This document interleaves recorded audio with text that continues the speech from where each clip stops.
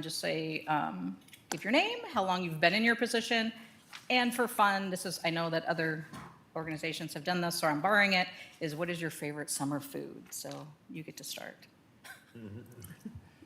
Well, my name is Bruce White, and I've been in my position since January. My favorite summer food is grilled steak, medium well. Good, okay. You want to go that way? Okay. I'll go last. So I'm Terry Mounts. I've been in my position since January, and I'm going to steal his favorite food, and I'm going to say pretty much anything I don't have to cook. Steak.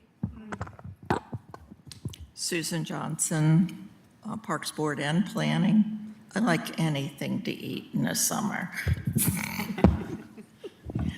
Trina Turnus. I've been on the council since January. My favorite summer food is Rainier cherries. I'm Jason Roberts, council member since January, and favorite food is embutido. Embutido is the Spanish dried meats. I'm Michaela Zorro. I've been on Planning Commission for just over 2 years, and I have a pear tree in my yard that is almost ripe, so pears are my favorite summer food. I am Jill McNally Martinez. I've been on council I've been on council for about a whole month now. And I think my favorite summer food is just anything icy to drink and, you know. Oh, you got that. Same one? Hi, I'm Bruce, and you can't get much greener than me. I think in 3 months I've been on the Planning Commission. So, and my favorite summer food, the good old American hamburger and French fries. Jackie Strader.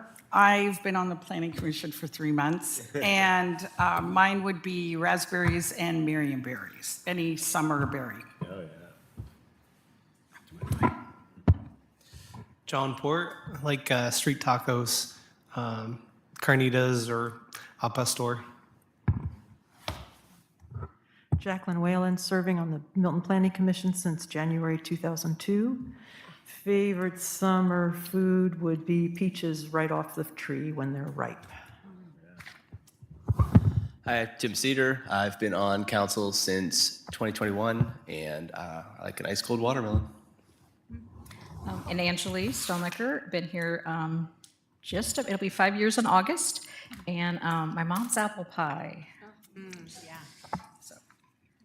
So just a quick kind of how we're, like I said, we're going to try to, I try to kind of put out an outline to kind of give us a feel of where to go through, some time points.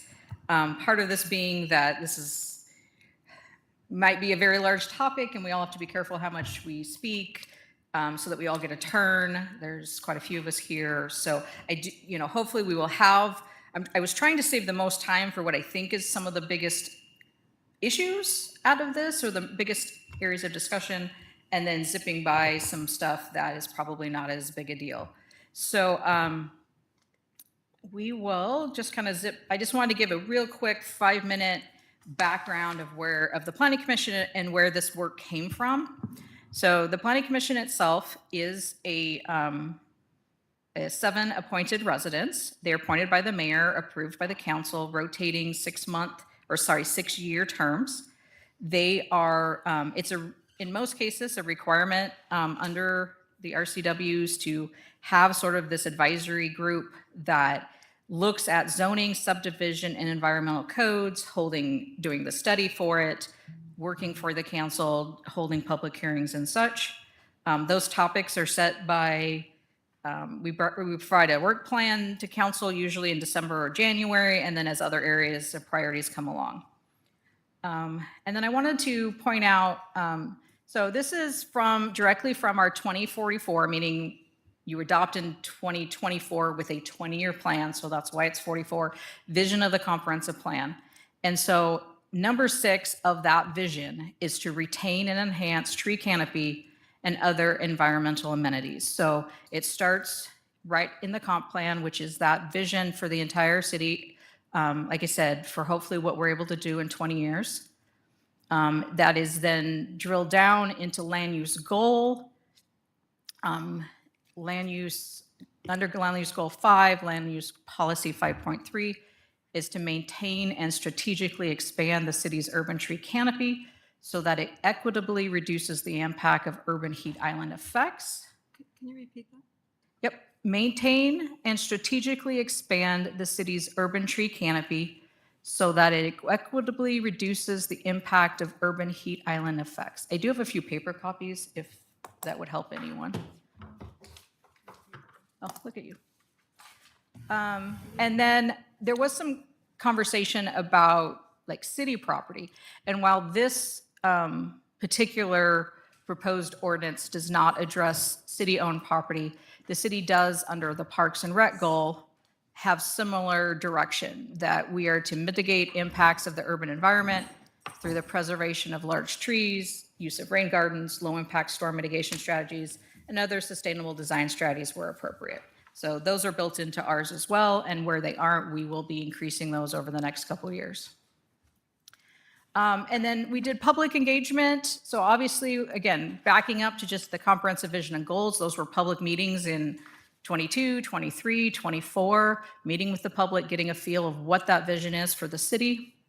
Obviously, after some of our big projects, the church and the apartments, and we've got some private properties where developers are redeveloping areas in the single family. Staff has gotten numerous phone calls. I know people have come to council meetings. I've been interviewed by I think 3 TV stations dealing with trees. So it has been sort of this hot topic of wanting to, feeling from our perspective that you're wanting to address not losing all of our large trees. Last year for Milton Days, it was our focus. We had a tree. We engaged with individuals, asking them to write on a leaf what they valued for trees. And, oh, I apologize. I should have had the number. We had quite a few people that supported it, who put it in, and those things that hit are those things that are really important: clean air, beautification, shade, food, wildlife, ecosystem, and fun to climb, which that's no longer something I can do, but that actually I think had 3 responses. So. And then obviously the Planning Commission and the City Council held specific public meetings. Come on, there we go. And then just again, the Planning Commission itself met on the 8th, the 10th, and then in March twice, and then again in April, trying to come up with something that, working on this urban forest code. And so this is where we were going to have Ben Thompson give us sort of some background of the value of trees, the value, why he's specifically urban and community forestry, why that's important, and different things. He is stuck in traffic. He's probably said at this point maybe 15 minutes behind. So we're just going to kind of keep moving forward and a little cart before the horse, but that's okay. When he gets there, we'll just sort of back up and let him do his thing. And then he was going to stay through the whole thing. So if there's questions that we want, that we feel like he might be useful, we can ask that as well. So as we go into, I want to take, and the Planning Commission designated Planning Commissioner Whalen to just sort of give just a brief overview of what the planning, kind of their guiding structure, what they were focused on when they came up with this ordinance. And so I'm going to let her just share a little bit of what that was. So I'm putting myself on a timer here and looking to be brief, to just jump in and say our current situation, we're all here to make Milton better. It's a subjective view. We've all got different approaches based on our backgrounds in life and what we've learned as we've grown. And we need to make the benefits that trees provide available to us. They're scientifically proven. They've been listed already. We have a development circumstance right now where development allows for 3 dwelling units on 1 single-family lot now. Guess where, and our city regulations, I should say, exempt more than half of the city of Milton by simply saying the rules that were in place right now, single-family lots are exempted. Single-family lots represent at least actually more than, half of the city of Milton. Guess where all the development pressure is happening? It's happening in what we used to call the single-family zone. Guess where the majority of the trees are? In the area that we don't have regulations protecting. I hope that gives you a sense of the sense of urgency that the Planning Commission felt on the need to develop a set of rules that were fair. We all share in the benefits of the trees. We all have a responsibility to make Milton not only a better place for people, but a better place for trees. What we struggled to do those first few months was try to come up with a program. It was tough. We started looking around for other frameworks. We found the city of Burion's to be balanced, middle of the road, recently put into action about 5 years ago, recently updated about 2-3 years ago. The city is 5 times the size of Milton, so they've had lots of practice using their code. And it's middle of the road. You start doing research and realizing a comprehensive program is where more and more cities are moving to protect trees. So in terms of the fact that there's things that could be improved, the Planning Commission saw this as, let's get this on the books as soon as possible. As was said earlier, every tree has a benefit. Losing that tree is we can't retrieve that loss. It's like you have $1,000 in your bank account, you pull out 900, it's gone. The interest growth, all the benefits you get from that. So we had a sense of urgency about it, and we recognized we'd be working to make it better, and it's the start of a much bigger program with more opportunities for improving the code, building coalitions, and building a stronger, healthier urban forest. I don't want to use much more time. I hope that's helpful. Thank you. So basically, the format that I've got is, as it says here, is I was just going to kind of go through the purpose, and then we'll start in on I tried to kind of organize it by the type of lot that it's affecting, because I think, there's little bits in each section that affect different lots, and I felt like that was the most easiest to deal with. So, Angela, yeah, could you email me this? yes. The purpose of this section is to implement the comprehensive plan, again, which is minimum standards for maintaining and expanding the city's urban forest, increase canopy coverage in an equitable manner across Milton, enhance the quality of life, protect and enhance property values, promote retention, protection of vegetation, reduce impacts on drainage systems, natural habitat, absorb wind and noise, enhance air quality, conserve valuable water resources, increase privacy, and to foster a healthy and attractive community. And then we list like a whole bunch of more specific items with that. So that was sort of, again, incorporating all those things that we felt that the comp plan fills that trees can do. So at this point, the first kind of, which I think is the easier one, is how this affects vacant property. So I'll just sort of quickly go through this, and then my feeling is to open it up to if there's questions or discussion and I'll let Bruce sort of, between him and I, we'll figure out how to give people permission. Exceptional trees, so on vacant property, so there's nothing on it, you cannot remove an exceptional tree unless it's determined hazardous or an emergency. Replacement trees will be required if removing that tree drops you below credit amount. Significant trees are no removal unless determined they're hazardous or emergency, or they're on a prohibited tree list. And again, you have to replace if it drops you below a credit amount. You would be required a minor permit. I know council asked, like, what would that possibly cost? The fence one we do is $75, which is comparable to half an hour work. I think in most cases, unless it's something that for some reason, if they're just asking for one tree, I think that's reasonable. It may have to have a thing that says if you're asking to remove multiple trees and we have to do a longer study or bring in an expert, there might be a way that we'd have to recoup those costs. One of the things we do in planning commission is we sort of do a quick, is there any technical questions that somebody has?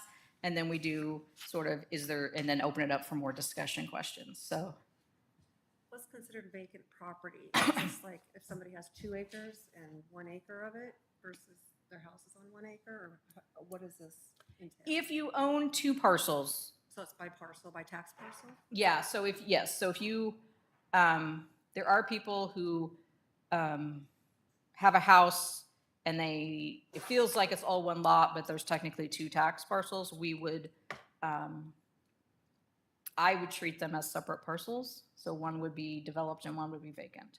And is that established in the plan of what a vacant is? Is it by tax parcel? We could clarify that if that was something, like I said, that's how I would interpret it, but if we felt like that was something squishy, happy to clarify that. I know that there's 2 on just the lot where I grew up, but all in all, though, I mean, how many vacant lots are there in Milton? Oh, make sure when you talk, you're speaking into the mic because it doesn't pick up I otherwise. was just So feel curious free to. about the number. Sorry. Say I that was again. just curious about the number of vacant lots. Do we have a count for that? We probably do we do every 10 years or 8 years, we do a survey. I'd have to look, but we probably have that count somewhere. Is there any other? It's not a question, but a comment to what you already added regarding multiple tree removal for the pricing of it. I think we should definitely, be specific with that. If there's more than one tree to be removed for the amount of cost for the work, so. Yeah, so this is just a suggestion because it would come on the fee schedule that will come to council and it would say a MITRE permit is this. What it would probably, my anticipation is the permit would be $75.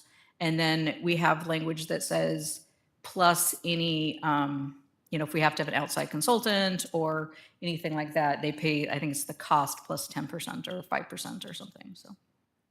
So we have an outside consultant or an on-call contract already for permits, the one that we were talking about last week. They would be looking at something like this, that contractor? No, so the permit itself would be done in-house, but if, let's say, they have a hazardous tree and they have to provide us a report. And if we felt like, again, if it was a single report and we felt like we could interpret that ourselves, we would just do that for the $75. If it's somebody coming in and they're saying they have 4 or 5 trees and it's a little questionable, we will, and we do not have an official on-call arborist that meets the qualifications, but that would be part of it, that we would need to get an on-call arborist that then we could call upon in those situations. And we would, in that case, since we don't have one, I don't think we have anybody official. I know Public Works has used people on occasion, but we would go out for request for qualifications for that. And that way we would have an on-call arborist for whether it was something small like this, or if we were doing a bigger project, and again, we felt like we needed more expertise, then those costs are usually passed through. So we don't know how much it would cost the city to pay for an on-call arborist to establish another contract, and we don't know how much it would cost the private property owners. That would be So it would- determined, yes. There would be a cost to the city and a cost to, There would be no cost to the city. well, for the contract, there would be a cost to the city. You would recoup it, but initially, the city would have to go out for RFP Yes, and there would hire be a the cost for an RFQ, yes. Yes. Just to clarify, so it would be the arborist that would actually make the determination that is hazardous or an emergency and that would need to be removed. Is that correct? So if a person came to the city and said, hey, I need to remove this, it's hazardous, or it's an emergency. And unless it's, if it's, half broken and it's very obvious, then we would just permit that. We would take a look at it. It would be fine. If it was something that, from our eyes, looked fine, then they, they're like, no, it's dead on the inside. Usually they would have to provide us some sort of basic report. All the information there is what they would have to. And in essence, we kind of do that now for other different things when it relates to trees, is they would have to provide to us, like if it's in a critical areas, they have to show us an arborist report. And again, there's certain qualifications of what they have to be licensed and meet all the qualifications. They would provide us a report that says, yes, it's dangerous, or it's dying, or it's diseased, and their recommendation is removal. And then in most cases, if we don't have any reason to doubt that, we would accept that and allow them to remove the tree. If on occasion, like I said, I think we do this similarly for certain wetlands. There's certain things that are very obvious we can do in-house. There's certain ones that, due to the complexity of it or questionable of it, we do have an on-call for that as well. So there's a little bit of judgment there of how obvious it is, and then if we would, but yes, in most cases, they're going to provide it for us. We're going to review it. If we feel it is something we need a second opinion on, we would do that. So they would retain their own arborist, and we Yeah, just they need to would make have to- sure yeah, that they they would were hire somebody. licensed and bonded Yep. and all that, but we would have to approve it. Yeah, so they're gonna, and when they do those reports, they always have all of their information that says, this is the licenses I have, this is the credentials I have that allows me. And and again, there is different levels of that. There's some basic ones, and then there's more in-depth ones if you're, depending on what the project is. May I? Yep. So my question is, if we had had this already in place, would the new unit going in at Porter Way and Milton would have protected more of those trees? Question. 2, on the church on 23rd, if we had put this in, it would have protected more of the trees on 23rd. Yes, everything this city does cost. Everything. Us sitting here is costing the city. This is something that the state is saying we want to try to protect the urban environment with trees. There's a state RCW. Planning worked very diligently on this. And we really compromised. We worked as a team, and it's the first time I've really seen a really team approach to something for the city that didn't give one person a benefit over the other, meaning citizens, businesses. I brought up that, okay, we don't know what the canopy is right now. Well, we have drones. Get the drones up there. Let's see where the trees are. It gives a history for now. But we have been caught in this city so many times, and I was on council, I was on planning in 15. We have been caught because we've delayed doing something that makes logic, but yet we know it may not be perfect. We know it's not perfect, but it gives us a start to protect the city. It was a mill town. Trees are our love. And yes, we have a budget, but I very ardently say we can't wait anymore on passing this. So just to clarify just a little bit, and then I will introduce our guest. There's not a specific RCW that says we have to have a urban forestry ordinance in this form. It does, in our comp plan, tell us that we have to protect the environment, and trees are part of that. So there's the overall with the comp plan and the growth management goals, but it's not the same as like the housing ordinance where they say you have to have this. It's with that. So this is Ben Thompson. And perfect, this is fine timing. We're just sort of starting to talk about some of those different changes we're doing. So I've asked him to sort of talk about the benefits of of urban forests. And then he's here to answer questions that may come up for all of that. So I can do slides, or you can, however you best want to do it. All right, can everyone hear me just fine? Yep. I feel like I'm echoing, I don't have to get closer to the microphone? Okay, perfect. Well, thanks everyone for having me. Ben Thompson, Urban and Community Forestry Program, Washington State Department of Natural Resources. And let's see. If you just roll this. Oh, roll it. Yeah. Roll Okay. it down. There it goes. So just to kind of orient us to what our program does and who we are, we provide technical, educational, and financial assistance. We have our own section in the RCW 7615.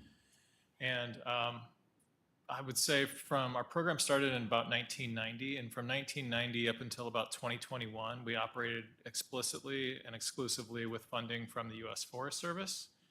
We would get a grant from them for between $400,000 and $500,000 a year to provide these services to cities and towns, counties, tribes, 501c3 nonprofit organizations, educational institutions, and schools statewide.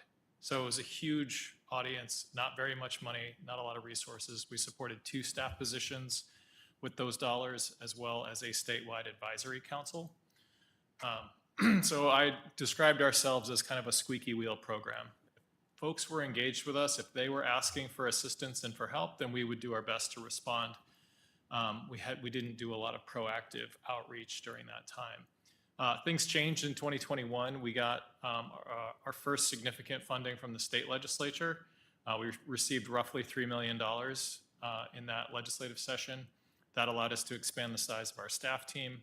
And where we had 1 person providing all of that assistance across the state, we now have 4 people that are dedicated to technical assistance across the state, as well as a number of other positions. We have someone dedicated to financial assistance. He's our financial assistance planner. And so we do a few other things. We also are getting involved in like statewide data collection work for urban forestry, which is in its very early stages, and I can talk about that more if you want.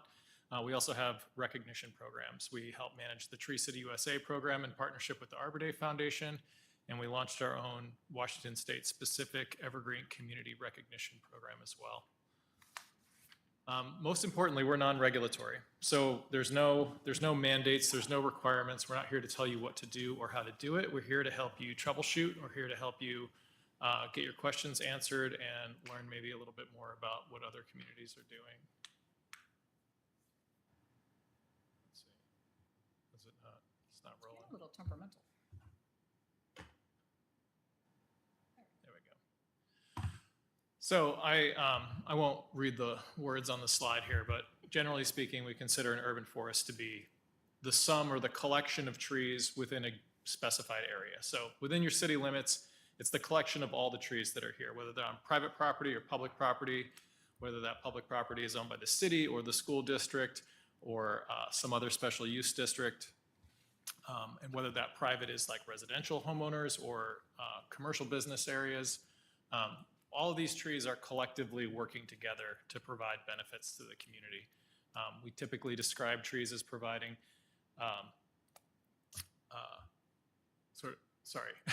environmental, economic, and social benefits. I wanted to say technical, financial, and educational, but that's the services we provide.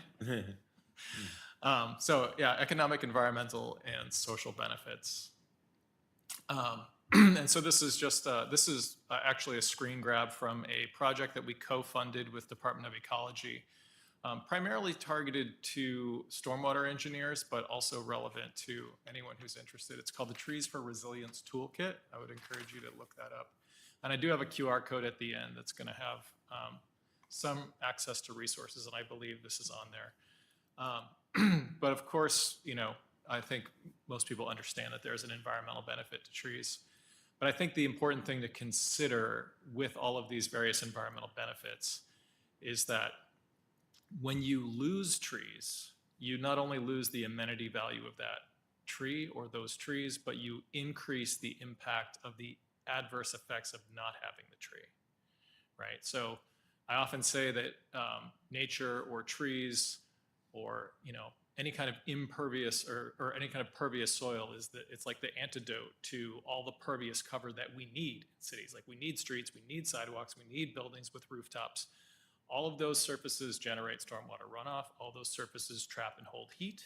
And so the planting of trees in and around those areas offsets the burden of the inherent the negative environmental impact that comes with, that is the trade-off to having these important pieces of city infrastructure. So we can kind of buffer the impact of our own construction of a city by having trees. We also tend to say that trees are considered municipal infrastructure, right? Just like we manage roads, streets, sidewalks, utilities, et cetera.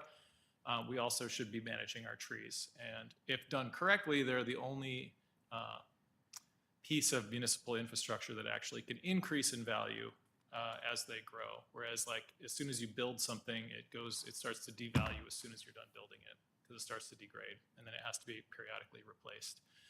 The tree will increase in value if it's well maintained and it's kept watered until at such point it reaches the end of its own natural life and needs to be replaced. But such is true with any piece of infrastructure, but this is the one piece that can increase in the meantime. The other message I often give folks about the environmental benefits of trees is that when you build the sidewalk, it helps people get from A to B. When you build the crosswalk, it helps people cross the street safely. When you put up the street light, it illuminates that space that's directly underneath it. When you plant the tree, it's helping to provide not only the environmental benefit of being shade, cooling the air, providing wildlife habitat, but it's doing all of this other like work for communities. It's providing a sense of place. It's providing a sense of character. The trees can contribute to like the whole culture and feel and vibe of a community. It can encourage people to be outside if their environment is comfortable, right? So which can increase social cohesion and bonding between residents. And there's just many, many other benefits beyond that. So I kind of spilled into this slide a little bit already. Certainly when you're setting up your community festivals, they often happen in parks or in these kind of pavilion areas where there is a shade amenity that's provided by trees. I don't remember what the stats are, but I was talking to another city recently that was talking about putting in like anchored posts to pull shade cloth like over playgrounds, and it was crazy expensive. I mean, it was like just to purchase, install, and to periodically retain it as that plastic netting photo degrades over time. I wish I could remember the number, but it was a mind-boggling number. Whereas like for a few $100 you could plant some trees and wait for them to provide shade, but nonetheless, it's something. Did you have a question? I did, on the other slide at the bottom. Yes. What is GI? No, the next one, Oh. the next slide. Equity under equity? That's an abbreviation for green infrastructure. Green infrastructure. Green infrastructure, yeah. So there's, I don't know if it's worth making a distinction, there's green infrastructure and green stormwater infrastructure. When the stormwater engineers refer to green infrastructure, they're usually referring to green stormwater infrastructure, which is like bioswales and other sort of like built structures that use plants and soil to help filter water. But then green infrastructure more broadly can be basically any vegetation in any forested areas, any wetlands, any creeks, anything that's non-built can be considered green infrastructure, any Okay. biological components. Thank you. I mentioned urban heat, and I will fully admit I don't know a lot about the city of Milton. I haven't spent a lot of time here, but even just like driving in, coming up the hill to City Hall, it's a marked difference from coming off the highway from Fife and Tacoma area. Like this is a little oasis here in Pierce County amongst this big urban landscape that we're all a part of. And so undoubtedly it is cooler here in Milton in the summertime than it is in surrounding landscapes where there is less benefit, there's less shade, right? So again, where we, typically like from the urban centers to, let's just say, the Cascade Mountains, you'll see cooler temperatures as you get closer to the mountains because you have more shade trees, more cover, more nature, less impervious cover, less streets, less roads, less buildings. So it stands to reason that by putting more trees into urban spaces, we can offset that urban heat island. We all, most of us at least, lived through the 2021 heat dome here. That was a significant event. People lost their lives. It is also the catalyst for the funding that we received from the state legislature. So there's a direct correlation between urban heat and urban forestry. So I often will say too that trees are a cost-effective way to address pressing issues like urban heat. And while we're at it, we're also mitigating stormwater as well. Jason? Yeah, there's another acronym there, CSO, under the 837,000 gallons. What is that one? CSOs? Oh, combined sewer overflows, probably? Okay. I'm not 100% sure, but that's my guess. And then this is just one table that characterizes economic benefits. I believe this is nationwide. The data is from 2017. The study was published in 2021. But it just, if you've got two houses that are going up for sale and they're considered comparable by every measure, by square footage, by location, by number of bedrooms and bathrooms, and year built, any of those things you want to compare and contrast online. And one of them has well manicured yard with shade trees and the other one doesn't.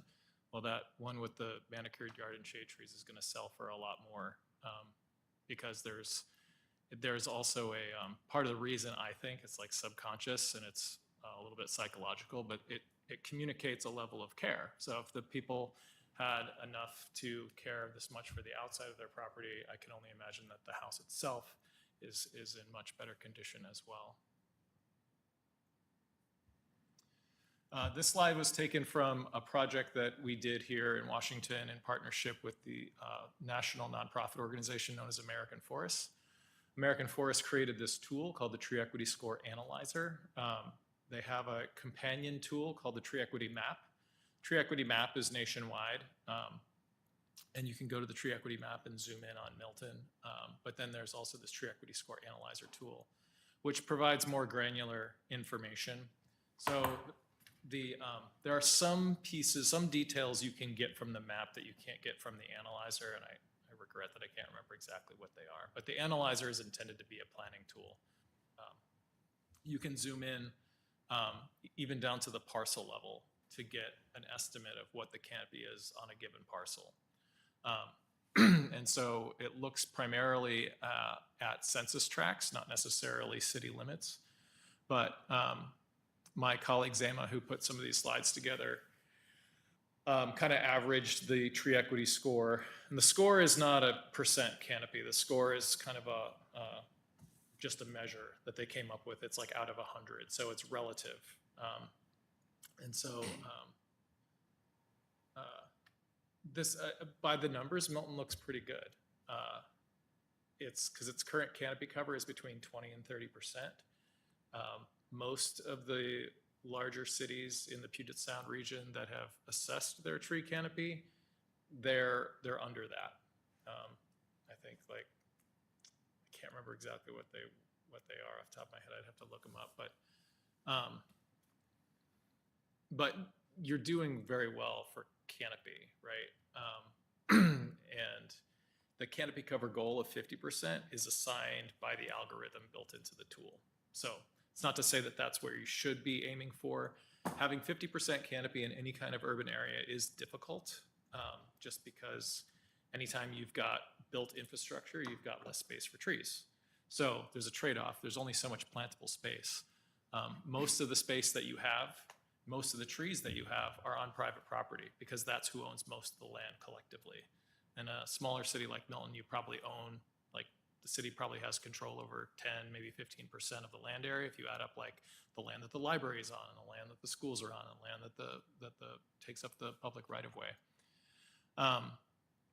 So even if the city invests heavily in planting on its own property, which is encouraged, that is not, it doesn't significantly adjust for any kind of canopy loss on private property. It's good and it's helpful. It sends a message to residents. The city's interested in this. They're taking it seriously. They're investing in their own property. But most of the benefit from the urban forest comes from the trees on private property, because that's where most of the trees are. And so it says by this calculation, Milton needs about 7,000 more trees to reach a canopy cover goal of 50%. But the important thing is that assumes no net loss. So if you've ever seen a news article about a city that is trying to, oh, yes, Teresa? I had a question about the coverage. So the percentages, are those based on places where you actually can grow trees, or is it just based on the land area? It should be based on areas where you can grow trees. So that's one of the things that is important to consider. It's not just like, oh, let's just assume that anything's plantable. The algorithm that assesses canopy cover does delete the land area that's not buildable. Now, it's estimating, right? It doesn't know Milton specifically. So some areas that may not be buildable, like let's say you've got a piece of land that was that was capped for pollution or something, and you can't plant on top of the cap because it's going to disrupt the cap. Like the algorithm's not going to know that, right? So there are some things on here, and it's like it's not a perfect tool, but it's a good conversation starter. Yeah. And how current is this information, this slide? Let's see. We just built this tool. We launched it about a year ago. I believe the data is from 2020. Is it from 20? It's from 2023, I think, is the data. We had to get creative with some of the data sets because we found that one data set, like we had two different data sets we were comparing and contrasting, and they both estimated certain areas better than the other. So we kind of like took the pieces we liked best and mashed them together. And I am not a tech person, so that's as detailed an explanation as I can give you. But anyway, it's a free tool. When you go to the Tree Equity Score Analyzer site, you have to create your own account to log in. It just requires an email address to create the account. It's not asking for a bunch of personal information. But the no net loss piece is important because I've never seen a city gain tree canopy without some kind of specific investment by the city in maintaining or increasing canopy. So it's not something that's just going to happen by itself, and therefore it's not something that we can take for granted. So without knowing anything about Milton, without seeing any specific data, I can pretty much guarantee that you're losing tree canopy. The question is how fast is it happening? And I don't know the answer to that because we'd have to go back and do like a time 1 and time 2 analysis to say like this was your canopy according to aerial satellite data circa this year, and that this is what it is now, and we're going to subtract one from the other and get the difference, and that would give you an idea. But so then it's just a question of like,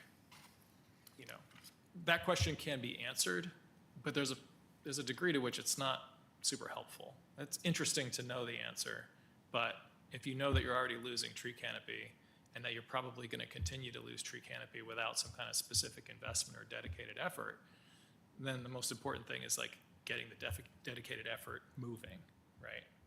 And then as you learn more about things, you can go. It's a common message we give to cities is like, sometimes it can be overwhelming if the city doesn't have a dedicated person for this, if they haven't previously and specifically invested in urban forest. You could be like, well, this is really overwhelming, and where do we get started? And it's like, anywhere. Whatever is the most logical place to get started for you, like, do that first. Do that, get started, learn from it, iterate, make changes over time. But starting is the most important thing, because the reason I know you're losing tree canopy is just to think about it this way.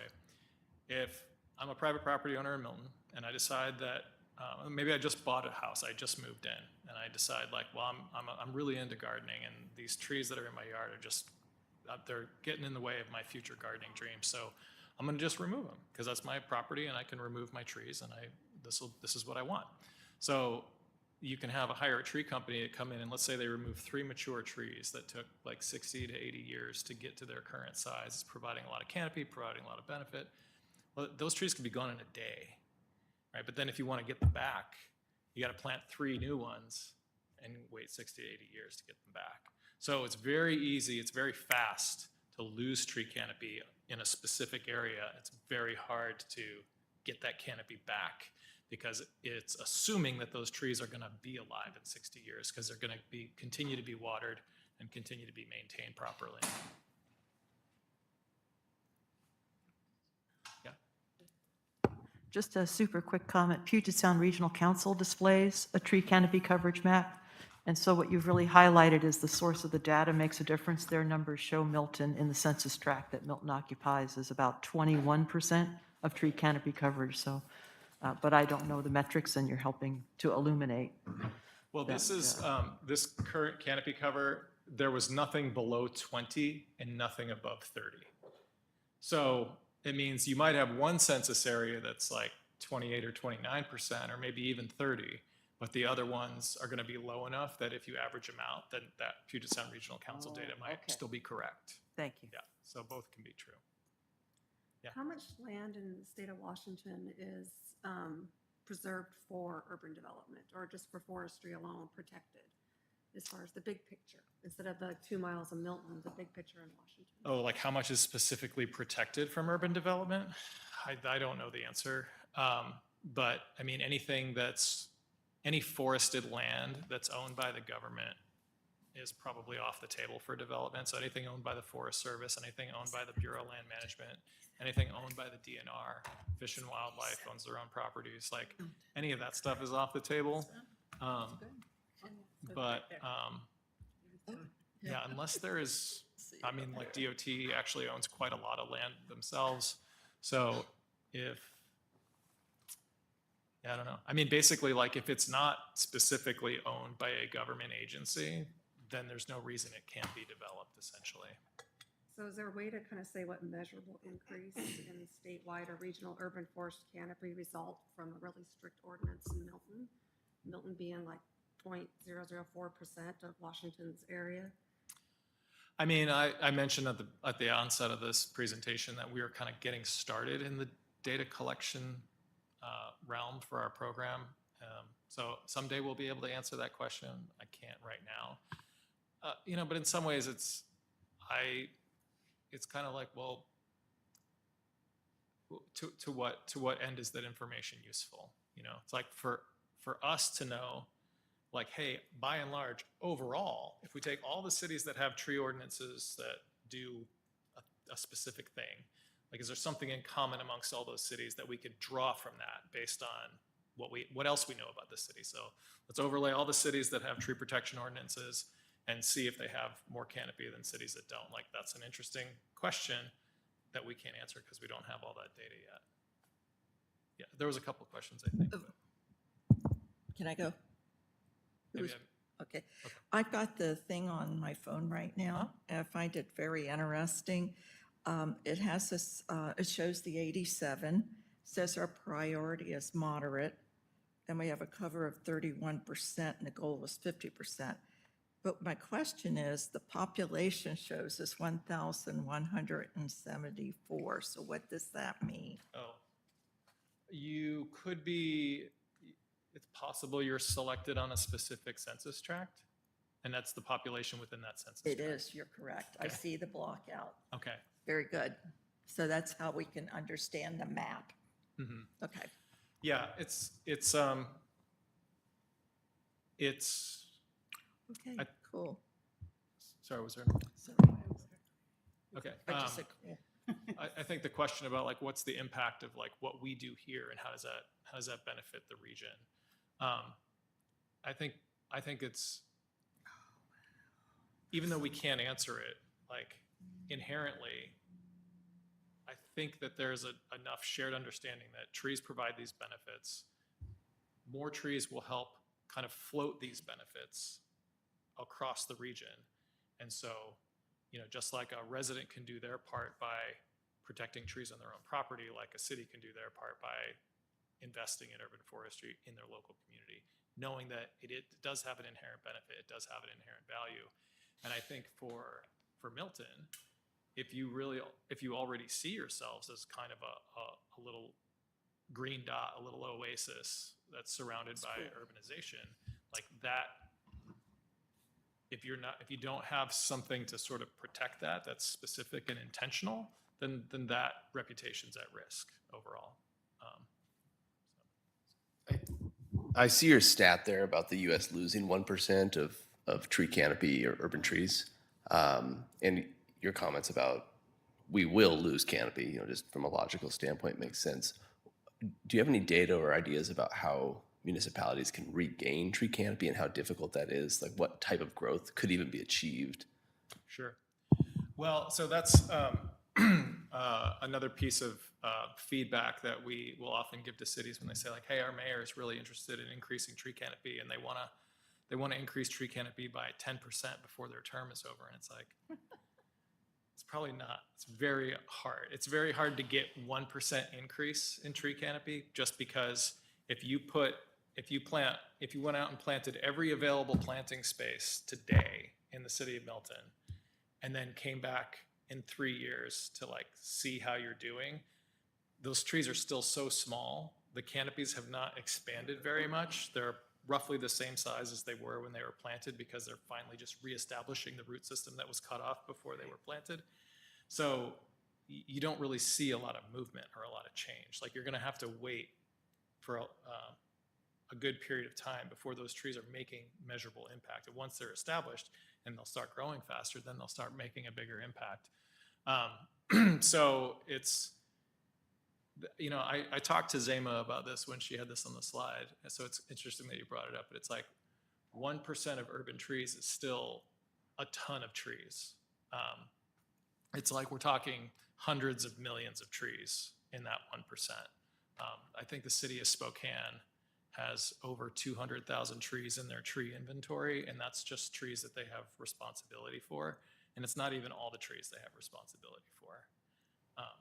Obviously, Spokane's much bigger than Milton, but I don't know if I'm answering your question. Yeah, I think you're getting at the point. Okay. Well, and I maybe to that point, I assume that, you know, that 1%, it only has a couple data points to give us that number, but I doubt that we're seeing anywhere where it trends up. Not by accident. Yeah. I think City of Tacoma did recently, because they've been measuring tree canopy over time for probably close to 20 years now. So they did see their first increase in tree canopy in one particular, I don't know if it was a neighborhood or a census tract, but they were like, yeah, we did it. Like we've been working on this for decades and we finally just got like a little bump, right? So it means it's working. Yeah. Sorry, it was a good question. Yeah, I was just, so I know we're presenting on kind of the importance of the trees and everything. Are we okay to talk about some like ways to kind of close the gap on the bridge to approving what we've been presented? Yeah. Okay, so my main issue is I have no issue with like anything that's being developed. So vacant lots, lots being subdivided, lots that are having accessory dwelling units being put on them. Development of any kind, let's not cut trees down or let's severely limit it, right? Which is what the whole point of this is, right? Where my issue is I'm for individual property owner rights. I'm for people being able to manage their property as best as they see fit. The development on Porter Way, you know, I would have loved to see a lot more trees left on that lot. Same thing with the church lot. I don't know of a lot of people that buy a house and then, you know, I know it's just an example, but for dovetailing on your example, that buy a house and then cut a bunch of trees down to plant a garden. And it could be anything, right? It's a good example. It's just usually people aren't cutting trees down for minor conveniences. So those things I'm for. So if we could try and bridge that gap, I have some potential suggestions.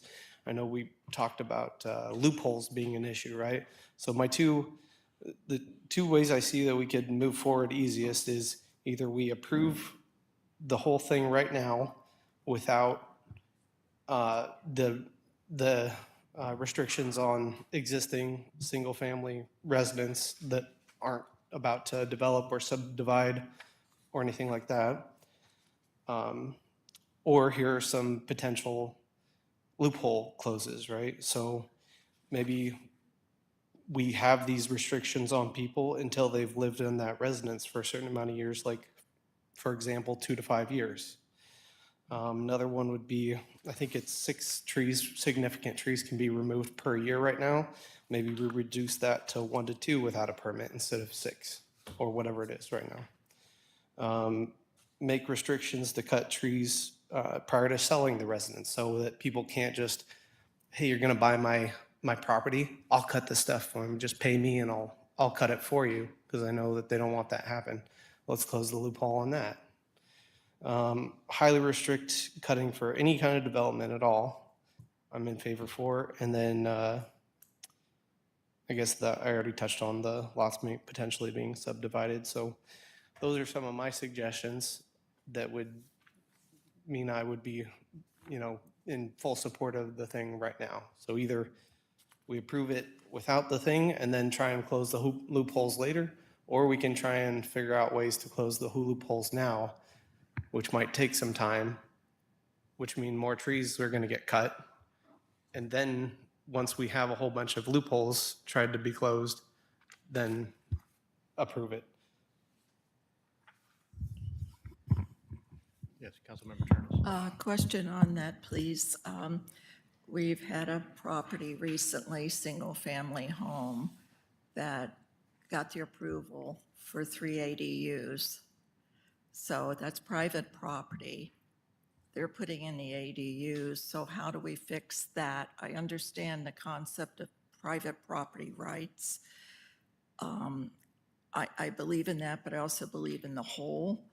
And I think more clarity on what's allowed and not allowed is needed, because people will say, well, the law didn't say I couldn't do it. Well, we should say, well, this is what you could do, because there were big old trees cut down for ADUs, and there are more and more ADUs going to come in this city. So I'm asking how we would address that. So I don't know exactly what the legal writing up of that would be, but I included in one of my examples of anybody building an accessory dwelling unit. I assume there's permitting involved with building an accessory dwelling unit, so there should be some way to limit the trees being cut down in lieu to building accessory dwelling units. Thank you. That was a good question. Councilmember Turnus, you had a question, Yeah, that was what I was going to address, is the ADU issue. I 100% agree, especially on big spaces where we've seen on Porter Way and the church, where they've gone out and taken all the trees without, and I know the church has said that they're going to be planting more, and I'm very thankful to hear that. But on a personal property, I believe that the cost of living here in Washington State is, skyrocketing, and you can see people are struggling, and they're trying to figure out how can they create, being able to sustain living here in even Milton.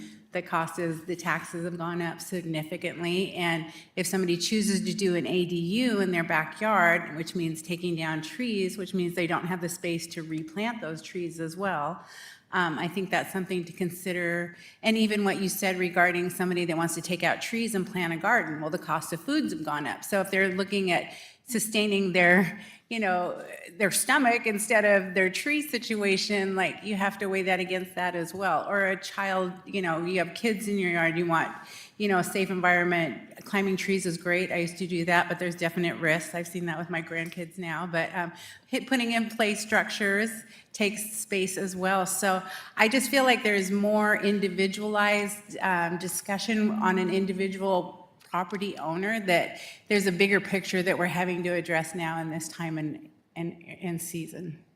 just real quick, and then we'll go to, so just to go over the slide real quick. So for, just a refresher, for developed properties, meaning it's got a house on it or it has a business on it, under the proposed code, there would be no, for exceptional trees, no removal unless determined to be hazardous or an emergency, and replacement trees were required if it dropped it below the credit amount. And then significant trees, very similar, hazardous, emergency, or prohibited. The current proposal would allow, depending on, again, it depends on the parcel size. If it's a small parcel, you might be able to do 2 over a 5-year period. If it's a larger parcel, you might be able to do up to 10 over a 5-year period, but no more than 2 at a time if they're healthy. And again, we're looking at a minor permit, again, suggested 75, but that is not set because that would be adopted by council. And then just to address we're talking about, you're talking about loopholes or this and that. We definitely, from a legal standpoint, you can't get, from both a legal standpoint and a practical standpoint, you can't get real specific beyond, on ownerships or this or that, because how do we track all of that? I mean, we have cases that we have had people who they buy a house because they can take all the trees down. They take all the trees down. Then they come in and tell us that they're going to build whatever they're going to, some ADUs. They could have kept some of those trees. It wouldn't have stopped them from maybe, from doing that, but it was easier for them to do that. And you have to weigh again, what we were just talking about is the loss of a large tree where they could have adjusted the ADU and kept that large tree. Not to say that you can't ever take a tree down, and maybe that's where some of that conversation comes in is maybe, is talking about, is that minimum tree credit appropriate? Maybe you can take down a tree or something without, where are those? I don't know.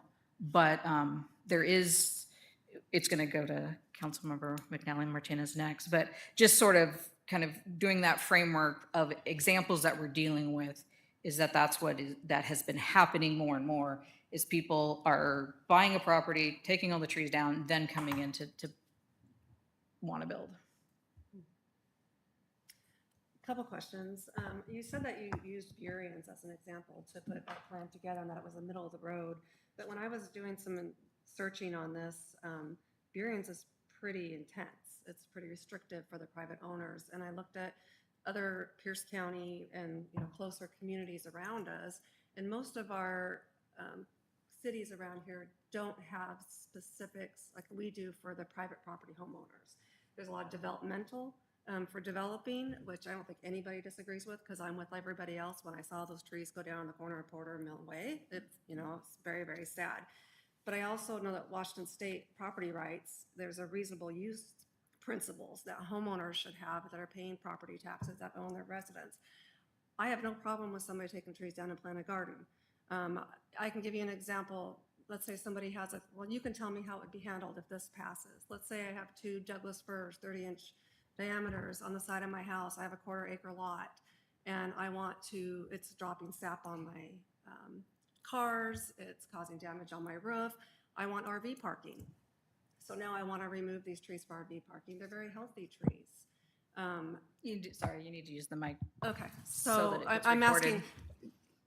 asking, the ordinance that you're putting out, what is it going to entail for me as a homeowner with 2 trees that are on your exception list on the side of my house to put RV parking?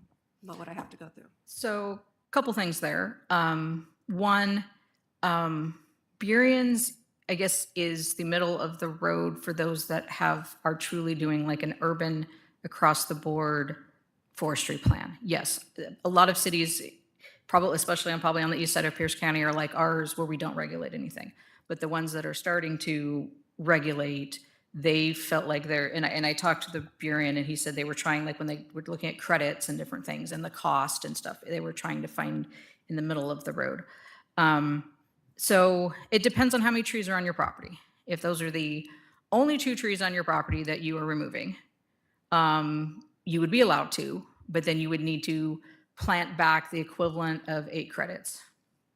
So that could be 8 small trees, it could be 4 medium trees, something to that effect.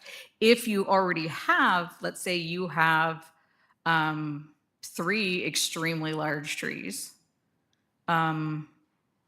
But what is and- the process I would have to go through? Oh, you would simply we would have an application. You would come in with your application. We'd have to, and it would, whatever we decide to make it and say that I need to remove these trees. This is the size of those trees. I'm applying because, they're healthy. This is however many other trees are on my property.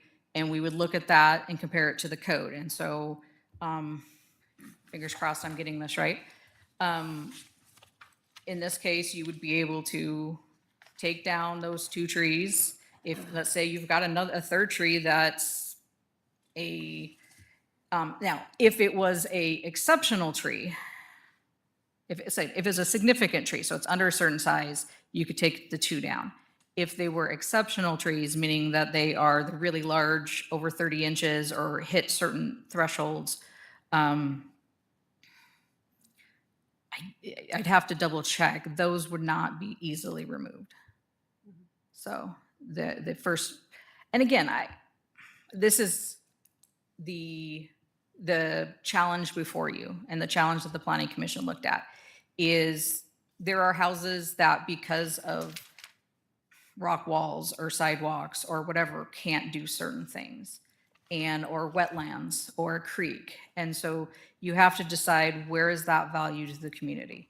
Is that value to the community to maintain a 30, 40-inch tree worth compromising? We do that for building rights, we do that for stormwater rights, we do that for other things. So it's where that line is, and that's what you guys get to decide.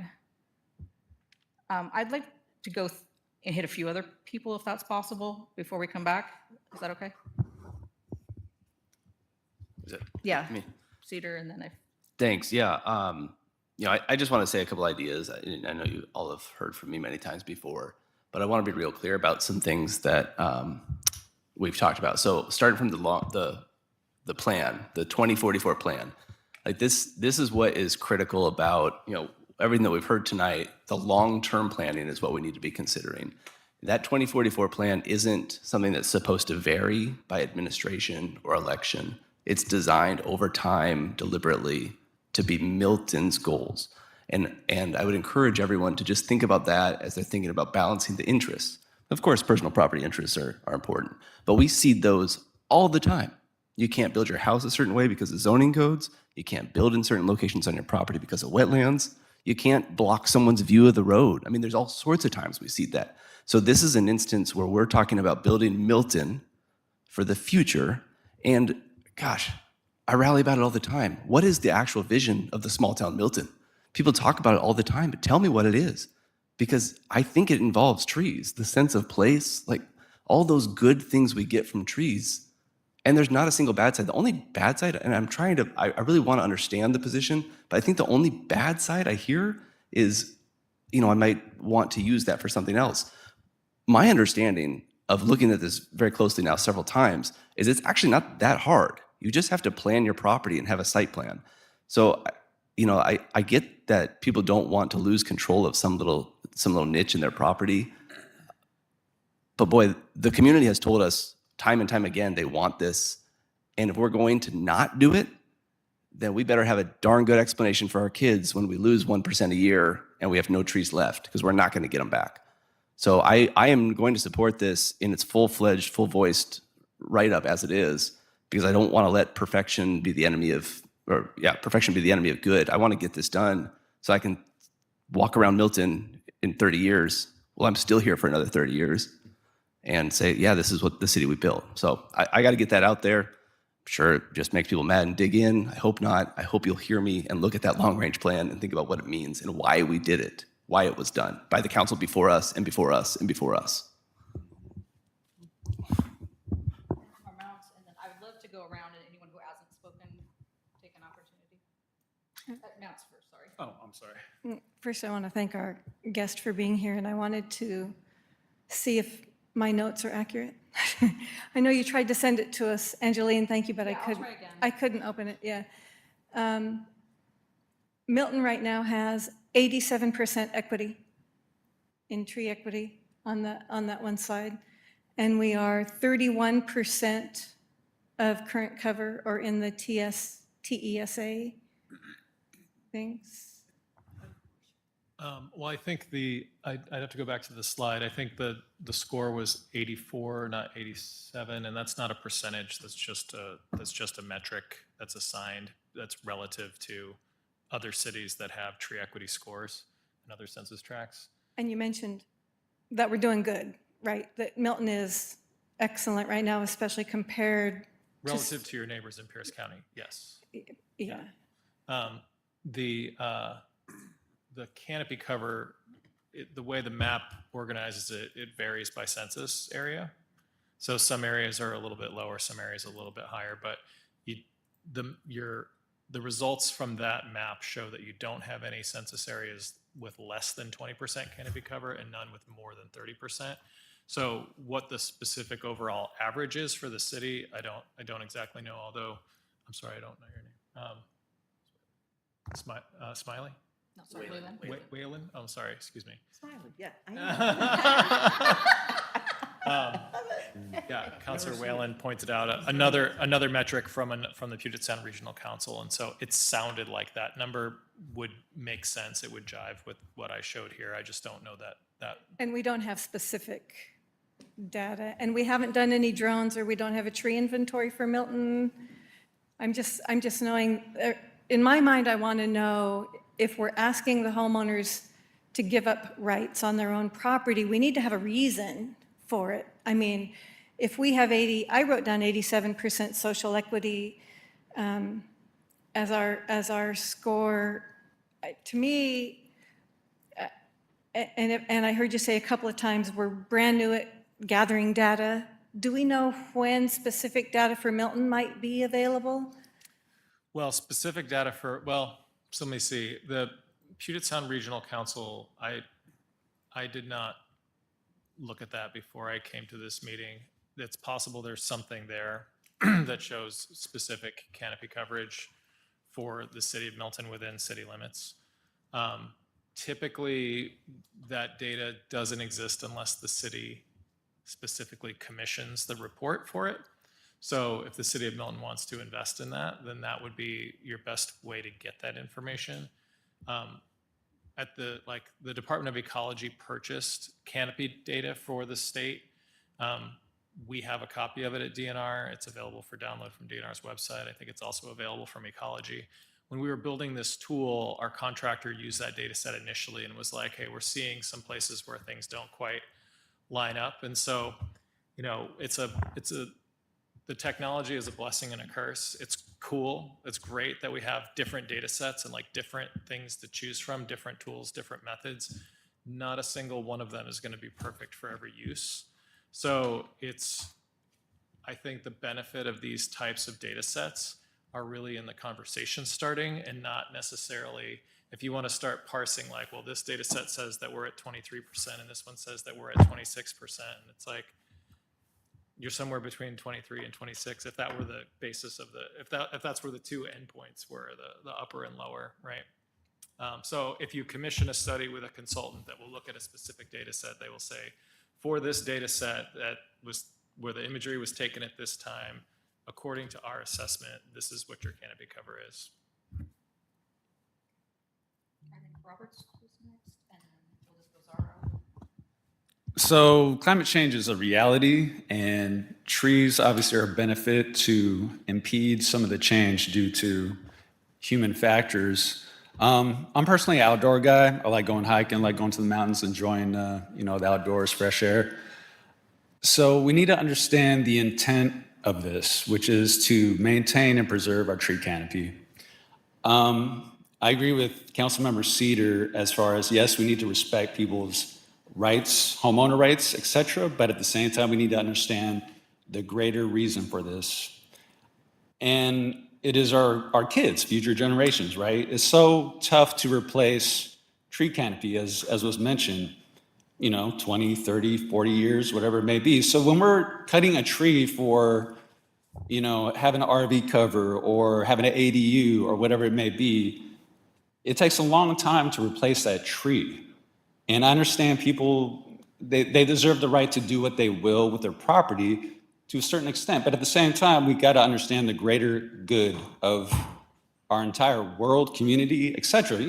Here in Milton, yes, we need to understand that we're working towards, improving our canopy. But at the same time, hopefully that is an impression to, the rest of the world. I know other people in other countries also take great pride in maintaining our trees. And as we can see, there's huge change in the world right now as far as our environment in a negative way. And trees would definitely help to reverse that, hopefully. So again, I am in full support of this ordinance as well. One thing I would potentially consider, though, is a little more burden needs to be placed on businesses, because the tree credit, from my understanding, is not the same for residences versus businesses. And I know there's certain reasons that you explained previously, Angeli, regarding that, but I still feel businesses that have the capacity, ability, money to do so should maintain the tree canopy as well. Because corporations are a huge reason for environmental change, and they should also address that burden as well. So that's my 2 cents on it. Angeli, did you want to comment on that before I move on? Anything about businesses? Okay.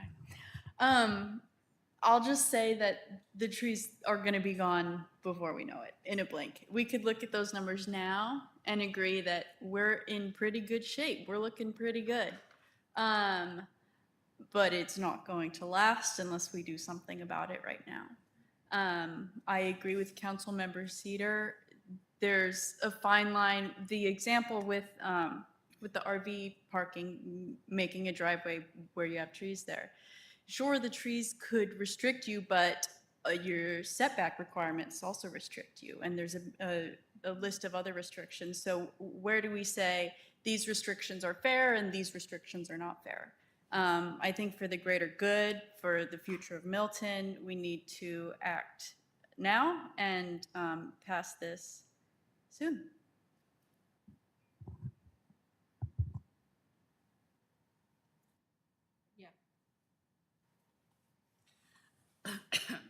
Excuse me. My microphone. Sorry.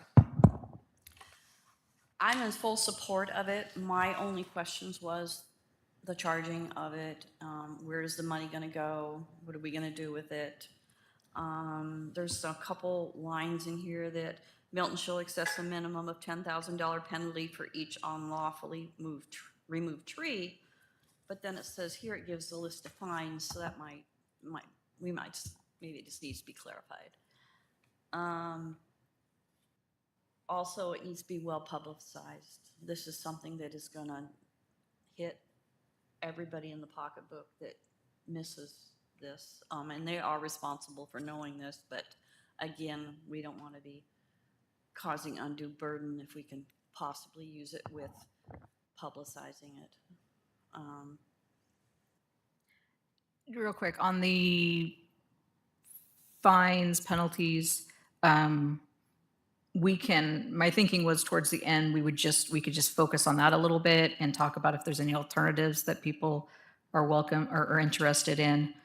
We did get feedback, both from Burien as well as DNR on having options is very helpful. So we can dig into that a little bit.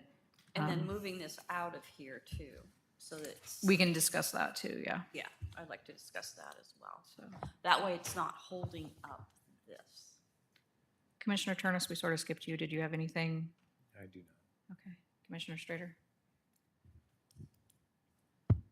So I joined the Planning Commission in part because of the tree ordinance. I spoke at the public hearing as a citizen when it was not the Burien Code. And as a person who owns a vacant lot in Milton, I said, if everyone in Milton says they love trees, shouldn't everyone in Milton participate in protecting the trees? I have on my lot at least 22 significant or exceptional trees. I love them, but I'll admit, when I first heard it, I went, but they're my trees. And then I thought a moment and said, wait, I want to protect the trees. This makes that happen. This makes, when I move on, a developer or me as a developer, because developers are homeowners too. Developers own the property too. So to single out developers, the church property had a house on it. The house on the corner of Milton Way and Porter had a house on it. It was demolished, but if it had that house still, it would be considered a developed lot. So be careful when you're looking at how to make sure it only affects one party and not the other, because we all say we love trees. And this is our legacy, and I agree wholeheartedly with what Councilmember Cedar said. This is our legacy for the future, and I'm really proud of what the Planning Commission brought forward to council. And there was a lot of discussion, so. Member Four, back to you. Use the mic, and then we'll move in after that. I'm just a little bit bummed that there's no like effort for us to bridge that gap. It's either we have to approve it as presented or not. So I'm just a little bummed that we can't use this time to try and bridge that gap a little bit better. Couple of my suggestions for your example a while ago might have addressed it. So if somebody had to own the property for 5, maybe even 10 years before they didn't have to apply for a permit, that could deter a lot of those trees being cut down. Also, reducing it down to 1 or 2 instead of the 6 that it is right now would help to reduce trees being cut down so fast. So that's just where I'm at. Thanks. Oh, sorry. I just wanted to address that one point briefly. On time of ownership, I can't speak for sure, but I'm fairly certain that's a constitutional violation because you're discriminating against length of ownership. You can do that for some tax purposes, but it's like that was how they originally tried to like stop people who had recently been emancipated from owning property. And so it's kind of like a big body of law. So I'm pretty sure that one doesn't work. I appreciate the bridging the gap though. If we have some specifics, I'm more than happy to consider them. I just think we need to protect as much as possible. So I appreciate the opportunity to continue to work on this after it gets passed to bridge those gaps, because this is a steep learning curve for all of us. It's a big shift in the way of looking at things. Couple of comments about, well, what about the person who wants to put an ADU in their yard? There's a whole series of regulations involved in that. There's a limit on how much coverage for buildings on that lot. There is a limit as to how much land can be made impervious. So it's not just the trees are the only obstacle. So when people come in saying they want to redevelop their property, there's a lot of constraints that go into the process and say, okay, here's where you can work within, and here's how we could work together to make it happen. On the issue of property rights and ownership, I hear that. And I move that towards the realm of fairness and think, for those of you who have children in a school system, is my example, how do you respond to people who say, I don't have kids in the school district. I never had kids in the school district. Why am I paying 30% of my taxes to the school district? The likely response from a parent will be, it's for the greater good.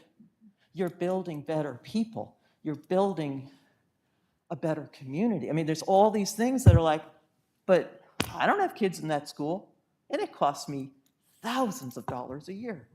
So this issue of property rights, there's limitations to help us all live together as human beings. And I appreciate Mr. Thompson's comments in emphasizing the fact that when that big tree is gone, it's like 1 step forward and 5 steps back. It's just hard to recover and move forward to make things better and build a better place to live. The point of this ordinance was to slow down the rate of deforestation and work to get everybody in. And there's room for improvement on that point. We've got exceptions that I think we need to change, but get everybody in to the process of contributing to building Milton into a better place for more trees to live. It's in our best interest to do that. And the challenge is for us to find a way to make it happen. Thank you. Chingo. Oh, I'm sorry. No, go ahead. We have a area on 19th and Emerald getting ready. Their permit is in. we do not have this in place that could have protected more of those trees. Maybe they will. I don't know.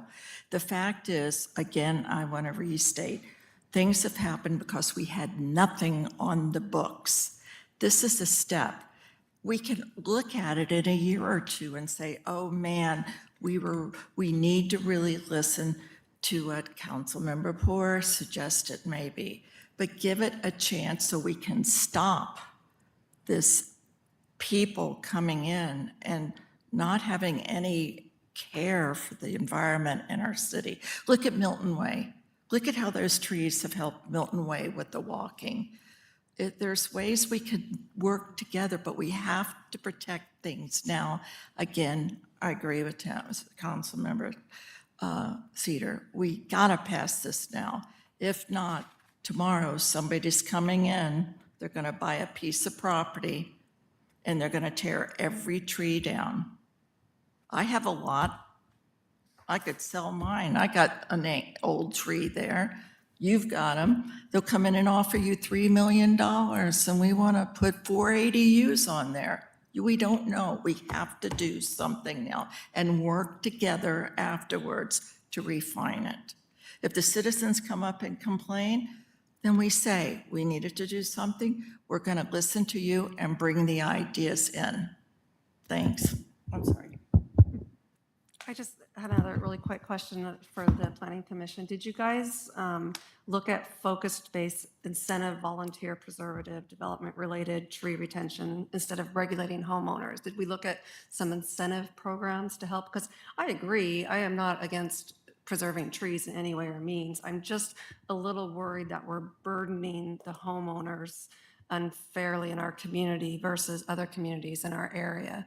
So, you know, I think you're right. I think we need to get something in place, but do we need to get the most extreme in place to start with? Or can we get something basic in place and then build on it? So I, like John said, I hope we can find something a little in between, work together, and hopefully it will be open. Is there, again, tossing out, I'm trying to be careful of answering questions, not necessarily being part of the conversation, but hopefully keeping the conversation moving.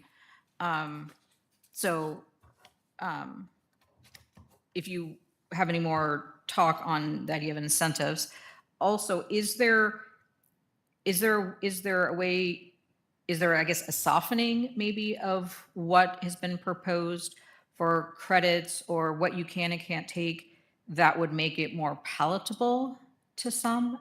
And maybe tonight that's too much to think about, but is there, because I think the fear is, again, that I think the Planning Commission was trying really hard to have everyone chip in. But if the feeling is that maybe the credits need to be adjusted, or we do allow up to 2 trees, you know, within a, depending on size, there's a little thing. Maybe, you know, is there something that could be proposed to sort of soften it that still keeps it? So I hope that kind of keeps those thoughts. But you were saying incentives, is there something specific that you were looking at, or just I'm just curious something if you want that us to had think about? Visited, thinking about instead of regulating, give incentives to improve. And, you know, you're asking what things. I don't know. I mean, has the city estimated what the average cost to a homeowner in the city of Milton would be to get permission at a large tree? And is there any thought of waivers for low-income families? Because it looks like this is a huge process of having to get a plan and an arborist and all these things that, you know, some low-income family may not afford to do if they need to remove a tree. Also, homeowners insurance. You know, people have been faced with homeowners insurance being, will cancel you if you don't remove that tree that's touching your house. How are those going to be handled if we have a restricted thing like this? I think those are things that have to be discussed. Turnus, I think, and then Sorrow. I would love to see it broken down, so you have individual parcels, but as we've seen on the bigger projects where they've taken out all the trees, if there was a way to separate the individual property from big properties as far as having permitting, because it would look different for a single family versus this big development.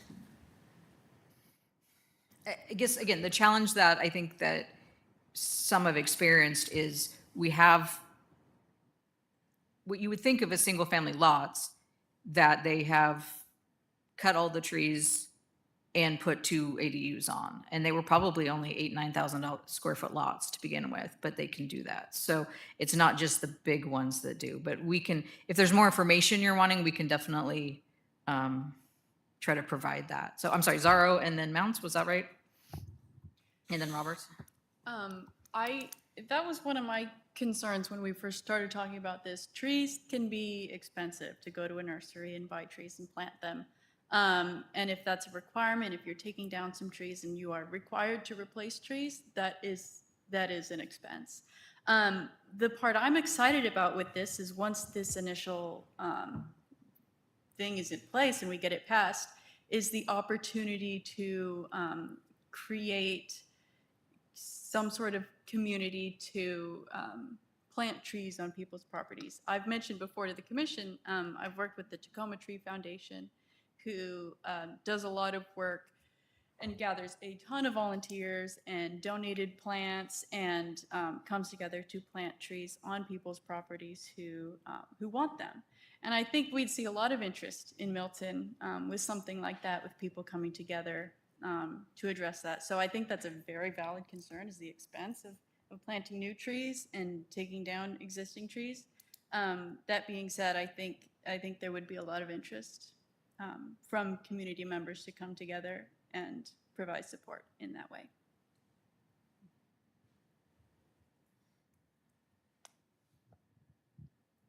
In the discussion going back and forth, I hear it being interchanged that,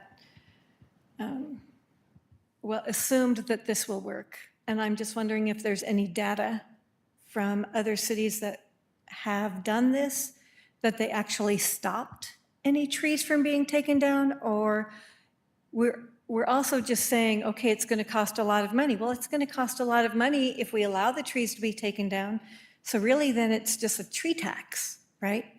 It's a permit, and then it's a fine if you do it anyway. And I haven't seen any data that this program in Burien or anywhere else actually prevented trees from coming down. Do you know if there's any data on that? Or is it just a way to generate revenue for the city?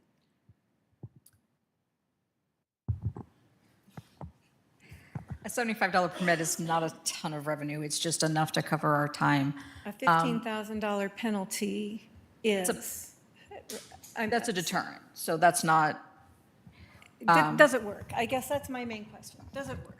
So yes, it would work. If you let's take the most obvious one on Milton Way. Under this code, they would not have been allowed to, they would have been forced to have kept and redesigned their plan to keep the majority of their huge trees. And under our current rules, they are allowed, basically, as long as you're willing to replant small trees, you can take down everything. In the case of the properties on the one that comes to mind is 13th, yes, it would have prevented him from clearing his lot. He could have still built the ADUs. He just would have had to position them differently. So that would have protected those largest trees from being taken down. So, Enforcement? I mean, how would we enforce that? which it comes back to what Councilmember Hall has said is, I mean, it's how we enforce anything, but it starts with education. It starts with getting all out there. The plan that, and I believe we outlined it, I can put it in a more formal, but the idea is that we would obviously use our current newsletters, Milton Days, events, whatever, to get the word out that of the tree. We would notify all of the tree cutters in the, anyone who is the, anyone that has a business license that does tree cutting, we would notify them of all those rules. In most cases, developers are talking to us before, not in all, but we would explain to them that. So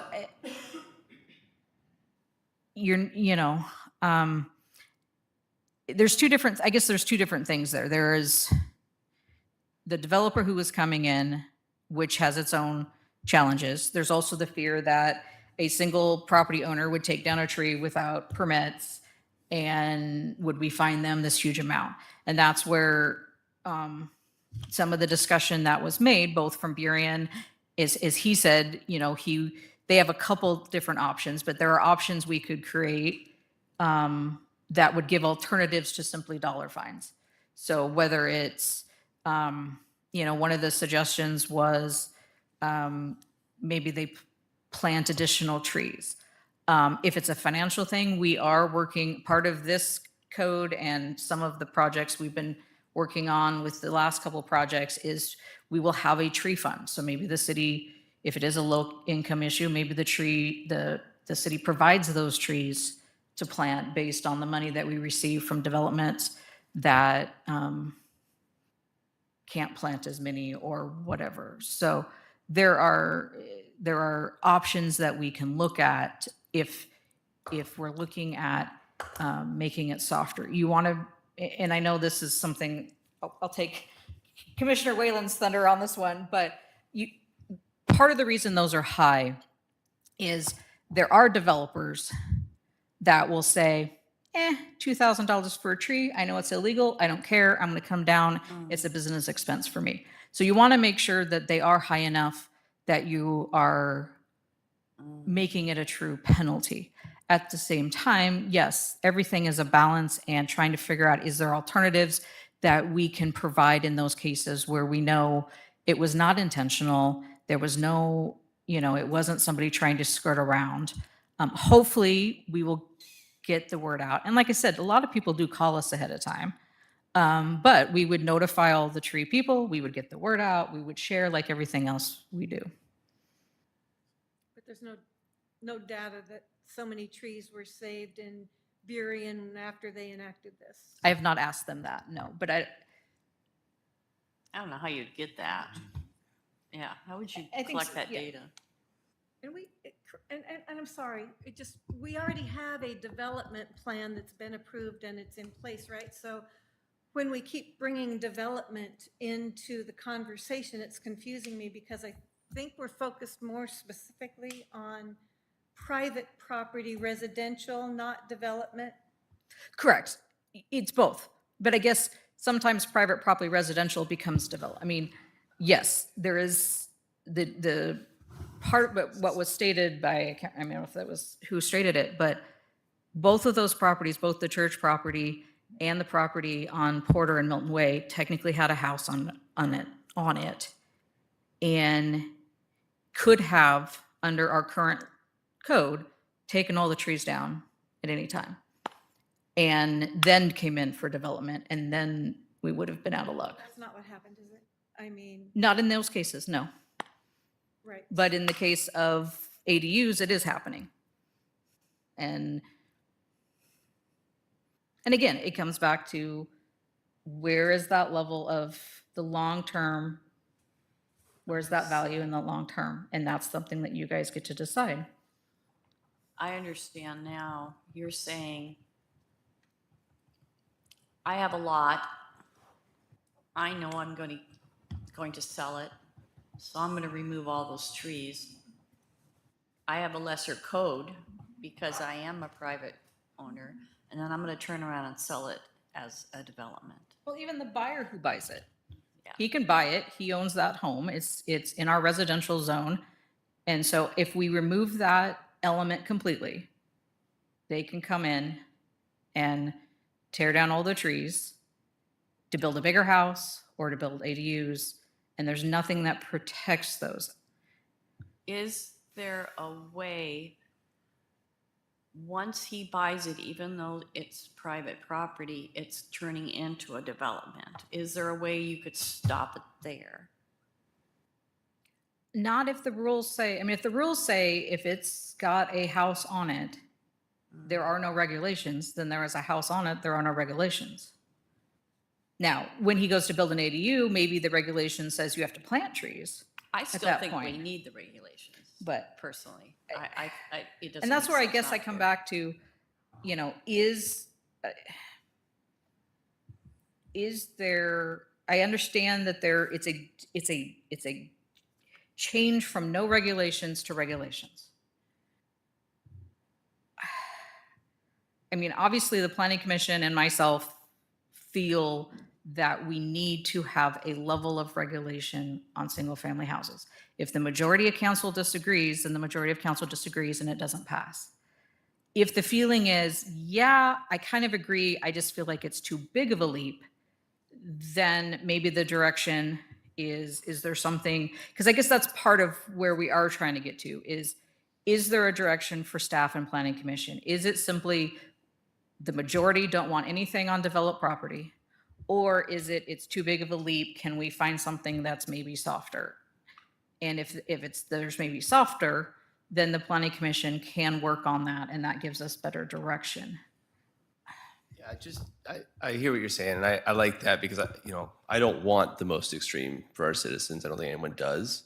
I kind of think of it a little bit differently because I think our iterative approach on so many things has historically failed, where we think, oh, we'll do a little bit, like we just never get anywhere. And so when I think about this, I think about, as Commissioner Johnson pointed out, like the large developments that in hindsight we wish we would have done things, or right now the big thing on data centers, or even the bridge development. Like these are the big things that come in.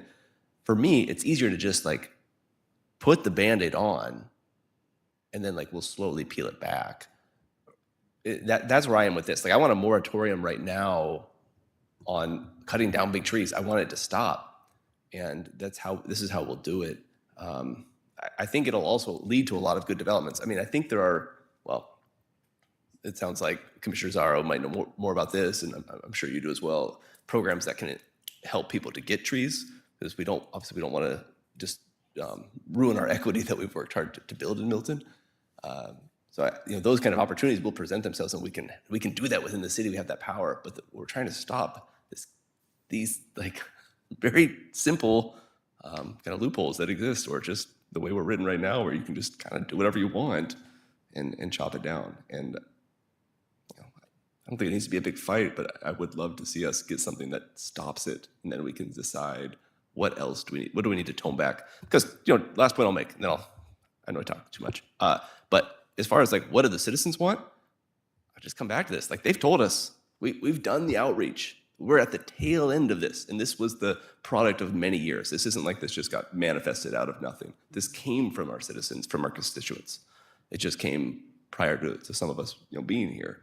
So yeah, that's all I'll say. Thanks. Oh, and I would love to hear from our guest speaker on programs that might exist to help bridge some of these equity gaps that we're talking about. Sure. Well, I mean, just our program's available for those services. If we go back to the last slide here, the QR code on the, depending on what side you're on, I guess the left side of the screen is just specifically the resources that we're making available for ordinance and policy questions. And there's a lot there. It's a rabbit hole, right? And then the QR code on the right, I guess it's the same no matter which one, right? Is just our request portal for assistance. So anyone can submit a request for assistance. So if there's future questions that come up, we can come back and offer additional commentary.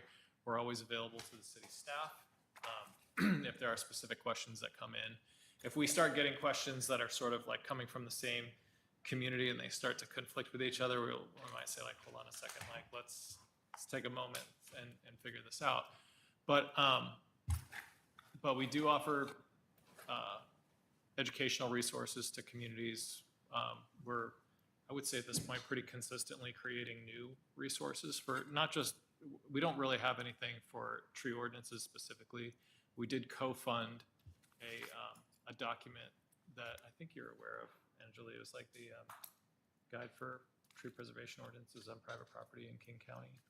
It was a project that we co-funded just a couple years ago. Kind of compares and contrasts and gives recommendations. And What was the name of that? Guide for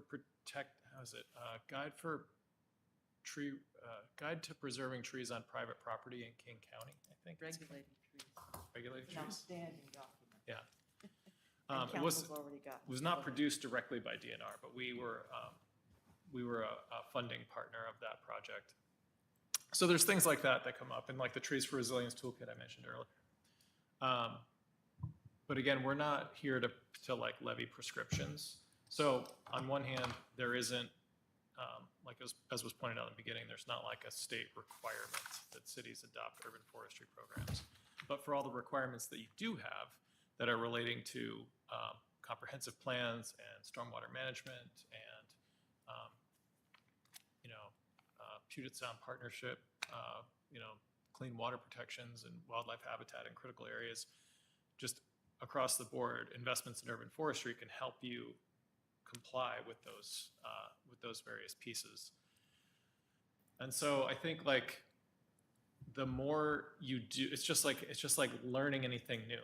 This is a thing the city has not been specifically engaged in before. It's like the more you learn how much more there is to do and how much more there is to learn. So it's like if the city, right now the city doesn't have a tree ordinance, right? So it's like putting that in place. But then is there, as was mentioned before by Michaela, I believe, talking about like opportunities for residents to get involved at a volunteer level, or ways that nonprofits could offset the cost of planting trees. Like that's another whole dimension of urban forestry.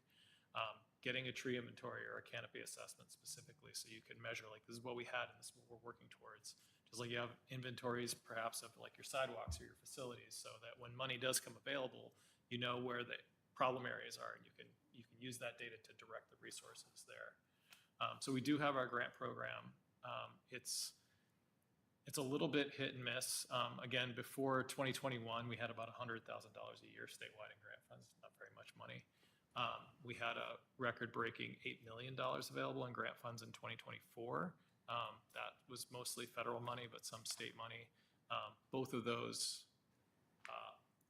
like that money's been all obligated to projects across the state.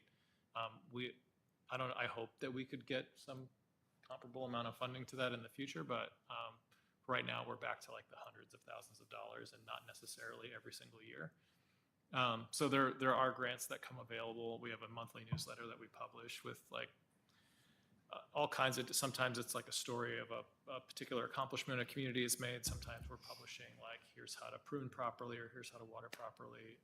Sometimes it's just a story from like WSU Extension or another partner. So that comes out monthly, and so like we provide a lot of opportunities for engagement. Sometimes we offer seminars and workshops, or we'll promote that for other organizations. So there's certainly ways to get involved further, but then it's a logistics question and a practicality question for city staff. Like, it's like we can't invest in everything at once. And so it sounds like this is part of a multi-year effort to get to this point. And so like, let's keep going. I mean, I'm just glad that the city is having this conversation. I don't have a stake personally or professionally in the outcome because I don't live here. My interest is that cities in Washington are taking urban forestry seriously, and I see that in this room. It's just a question of degree. Like, what is reasonable for right now? What is reasonable for Milton? And you're all working together to figure that out, and that's cool. So while there's no like state mandate that says like you have to do this, like it is technically also an opportunity to say this is what we can do. Like we can make this decision for ourselves because this is what it means to be Milton, and this is what it means for our people and our trees and our community moving forward. So, there's not much more I can add, but just to say like thanks and good luck. I guess at times that I've been to like Association of Washington Cities conferences or other events like that, it's like there's a real pride in doing hard stuff because it takes a group of people sitting around the table, sharing their best ideas and coming to a consensus on what we're going to do as a group. And in hindsight, a city council member, just a general city council member anywhere, will love to tell you the story about the time that they like got the funding to put in the new aquatic center, or like got to the end of that big downtown redevelopment project, or like attracted that like exciting new business to set up shop in their hometown, right? This is just another one of those things, right? So we're hashing over the details that matter because we wouldn't be discussing them if they didn't matter, right? But it's like on the other side of this, like there's going to be, I think, a pride that comes from it to say like, maybe it didn't go exactly the way I wanted to, or I was hoping we would have done more of X, but like we did something big, we did something hard, and it's for the greater good. It's for the benefit of our community.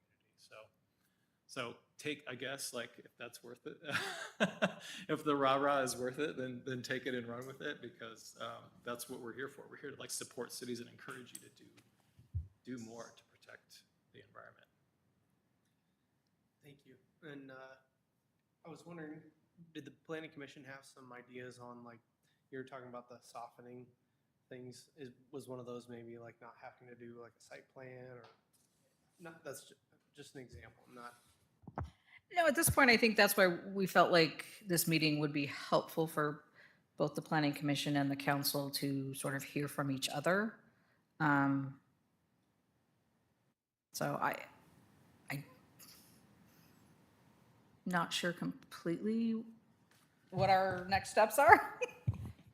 I would just suggest that the planning commission's sense of urgency about stopping the cutting down of big trees as we are seeing the surge in infill development,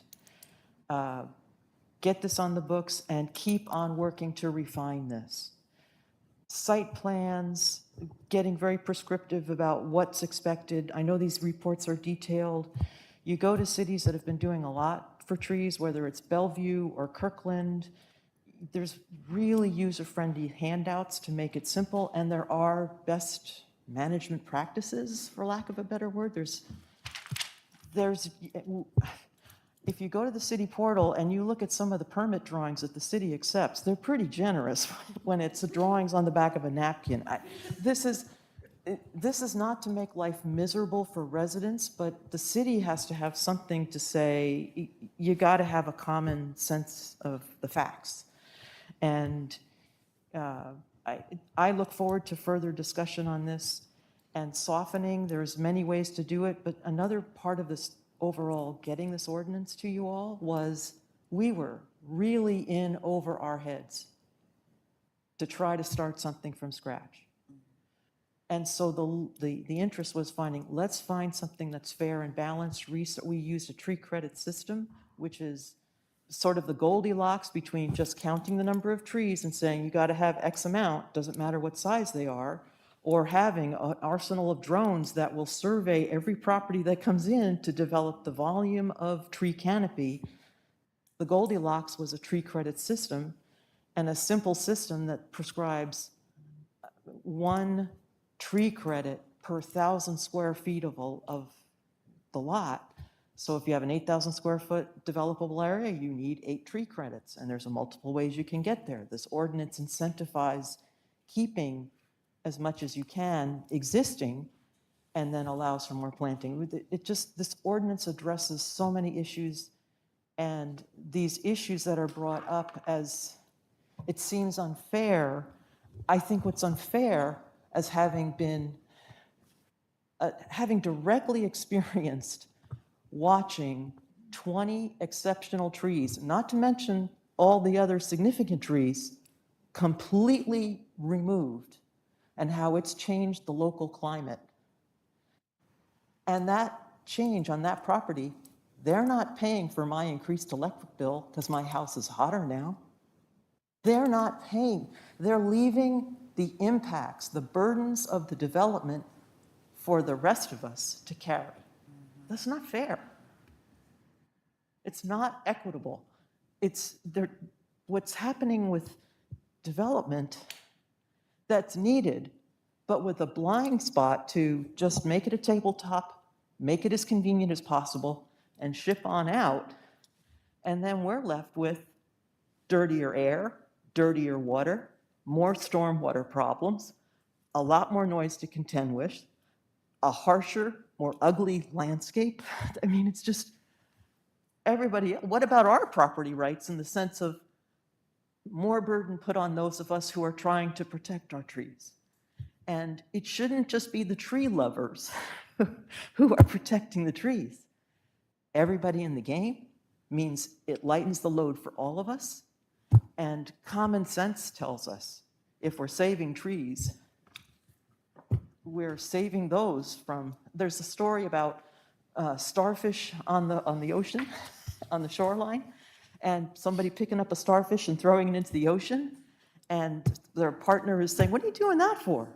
It doesn't make a difference." And the person who threw the starfish said, "It made a difference to that starfish. We each have our own little part to play. There's a cost. There's a cost either way. It's a matter of which price we want to pay."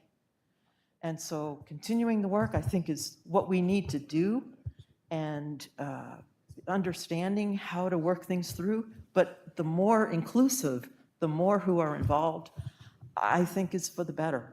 I've been listening to people at city picnics for years. I used to have a booth on my own.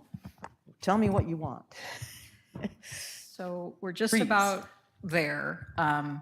Is there any suggestions, ideas of what the next step could be? Michaela? Can we request Zaro, sorry. specific, if we want to make it softer? I understand receiving this all at once is a lot.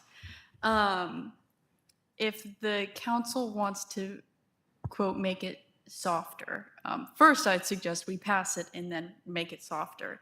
But if that's what we want to do, I think the Planning Commission needs very specific items that the council has concern with and specific suggestions.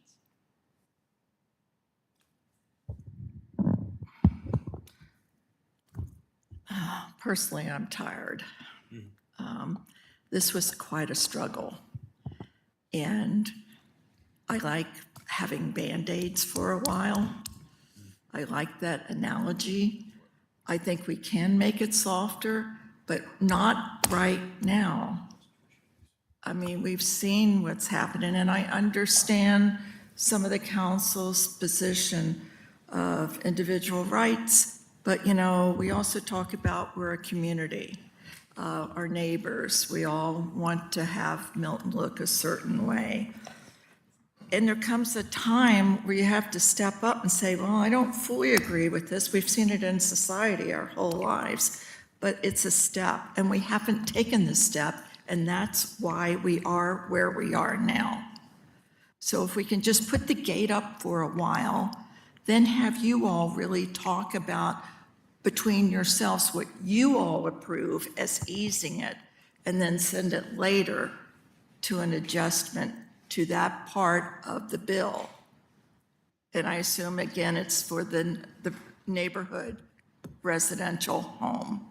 But I ardently believe that we have put so much energy, and every single thought you have brought here today, we considered it.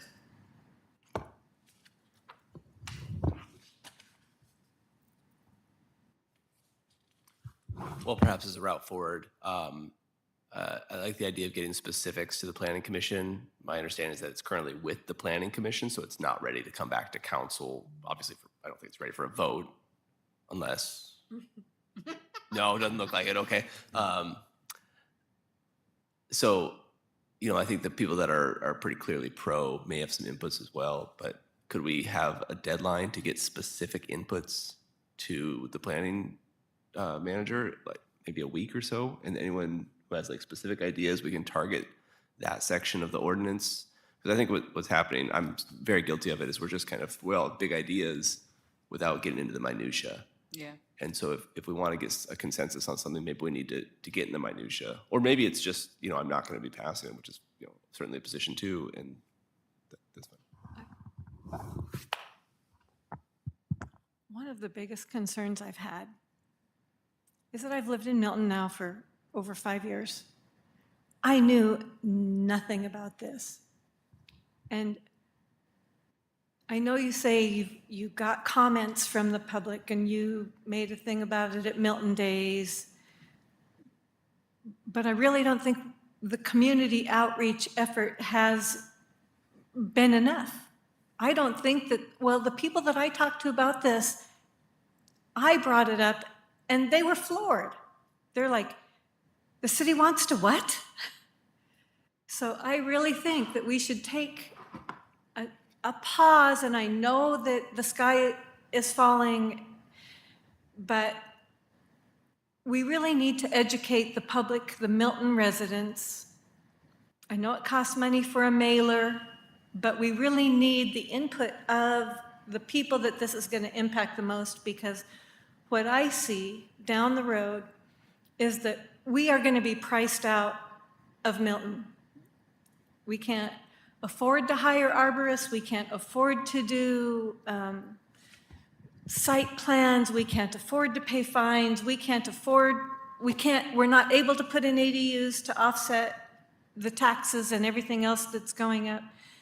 But the main thing is, if we could do a push, and Mayor, I don't know, maybe this falls on your plate, could we do a postcard?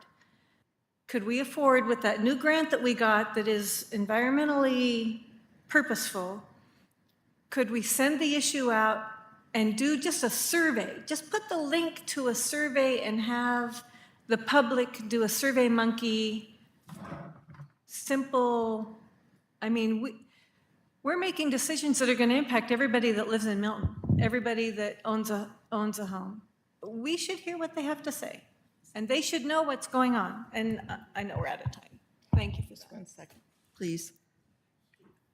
Didn't you Wait. do, oh, I'm sorry.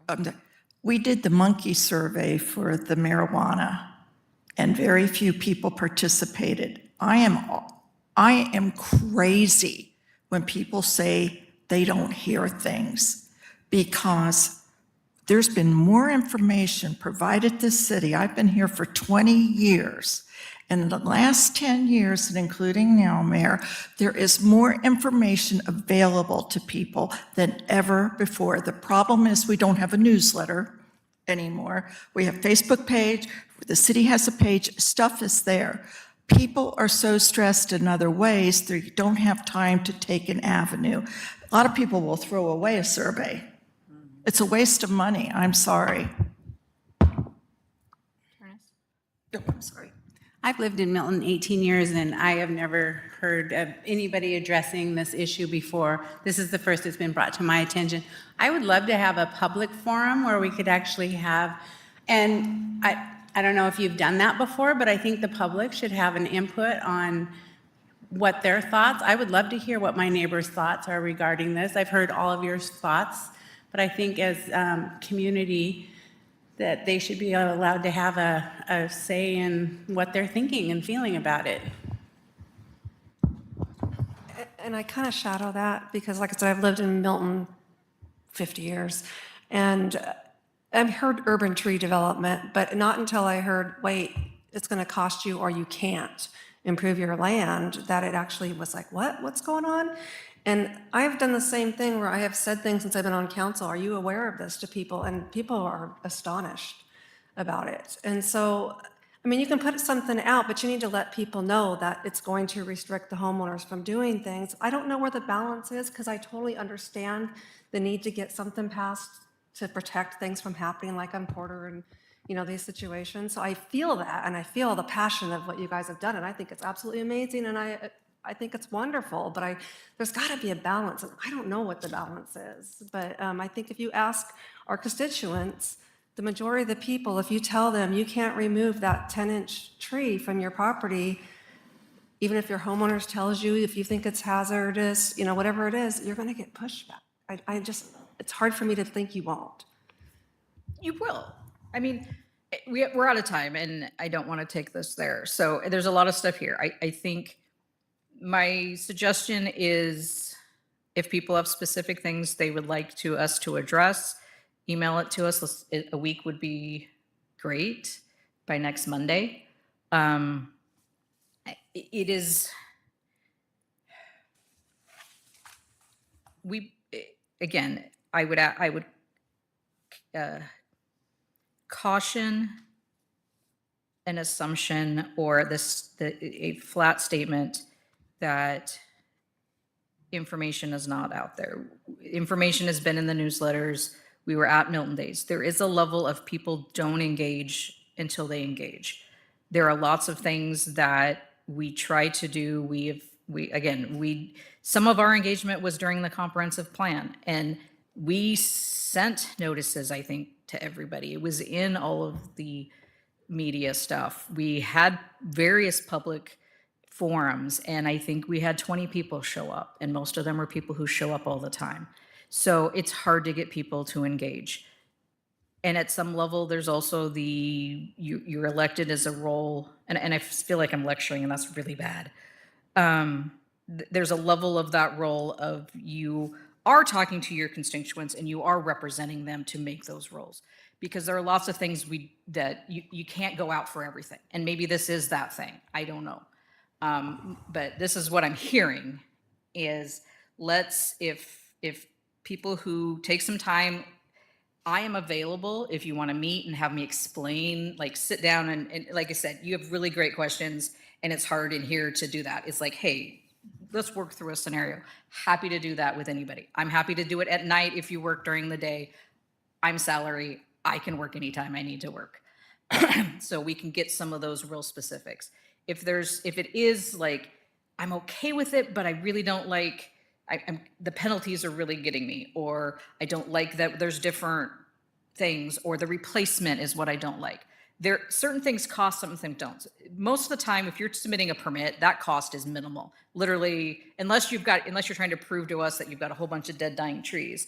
But if you're like, hey, I just want to take this one tree, I mean, literally, we like, here's the online thing, you print it out, they show. So some of those things are not hiring professionals for. So email to myself, which planner at city, or what are we, miltonlaw.gov now? Anything you specifically want, whether it's ideas of how to reach an agreement, whether it's, this is what I'm suggesting I would be more comfortable with if it did or didn't have this, or if this was less, start with that. Then we can deal that with the planning commission, and then we can come back to council, hopefully with maybe, is this a good compromise, or we can't find a compromise, you guys are just gonna have to make a hard decision. If there is, again, if the council as a whole or as a majority decides at a meeting that they want a meeting or something, then that's within your purview at a council meeting for someone to make that suggestion and see if there's more votes for that.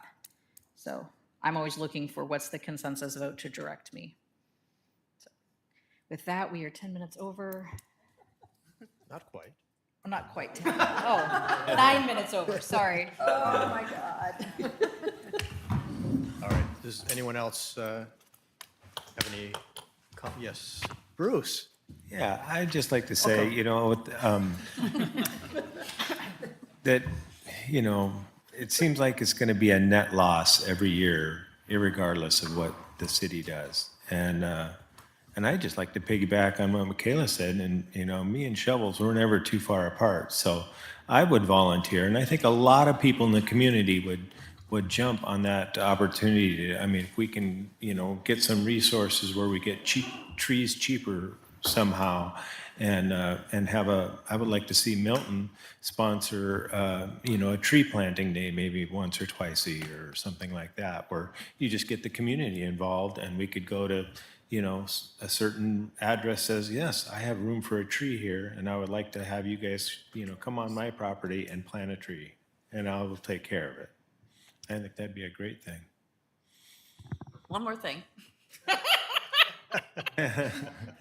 Back in the 60s, when I went to school here, every year we would get a free tree Oh, yeah, I on remember May 1st? Is it true? remember that. I think it was May 1st. We planted many, many trees, and I know every kid that got a tree pretty much planted it. Yeah. And that was, 60 years ago, 60 years ago. Ours didn't make it, neighbors didn't make it, they become diseased. But it was something the kids come home and wanted to plant. Maybe that's an option. I think it was Weyerhaeuser that actually donated them. Yeah. So that is something you might be able to do to offset some of the trees that are gone now, but nothing to do with this. Yeah. Yes, Jacqueline? I just wanted to say thank you to council for sharing this meeting with the Planning Commission. It really helps us to understand where your concerns are a bit more, and thank you for hearing our concerns. I think it's been really productive, and I hope we do this more often. And thank you to Mr. Thompson for your really salient comments that, you know, you put what's so intangible into solid information, and we want to say that. I say thank you on behalf of all of us. Thank you. This is not about trees. This is, I'm asking everybody to respond to Megan Sheridan regarding volunteering for Milton Days. That's it. So please respond. That's after the meeting. All right. After the meeting. Okay, well, seeing all agenda items have been concluded, I adjourn this meeting at 8:12 PM.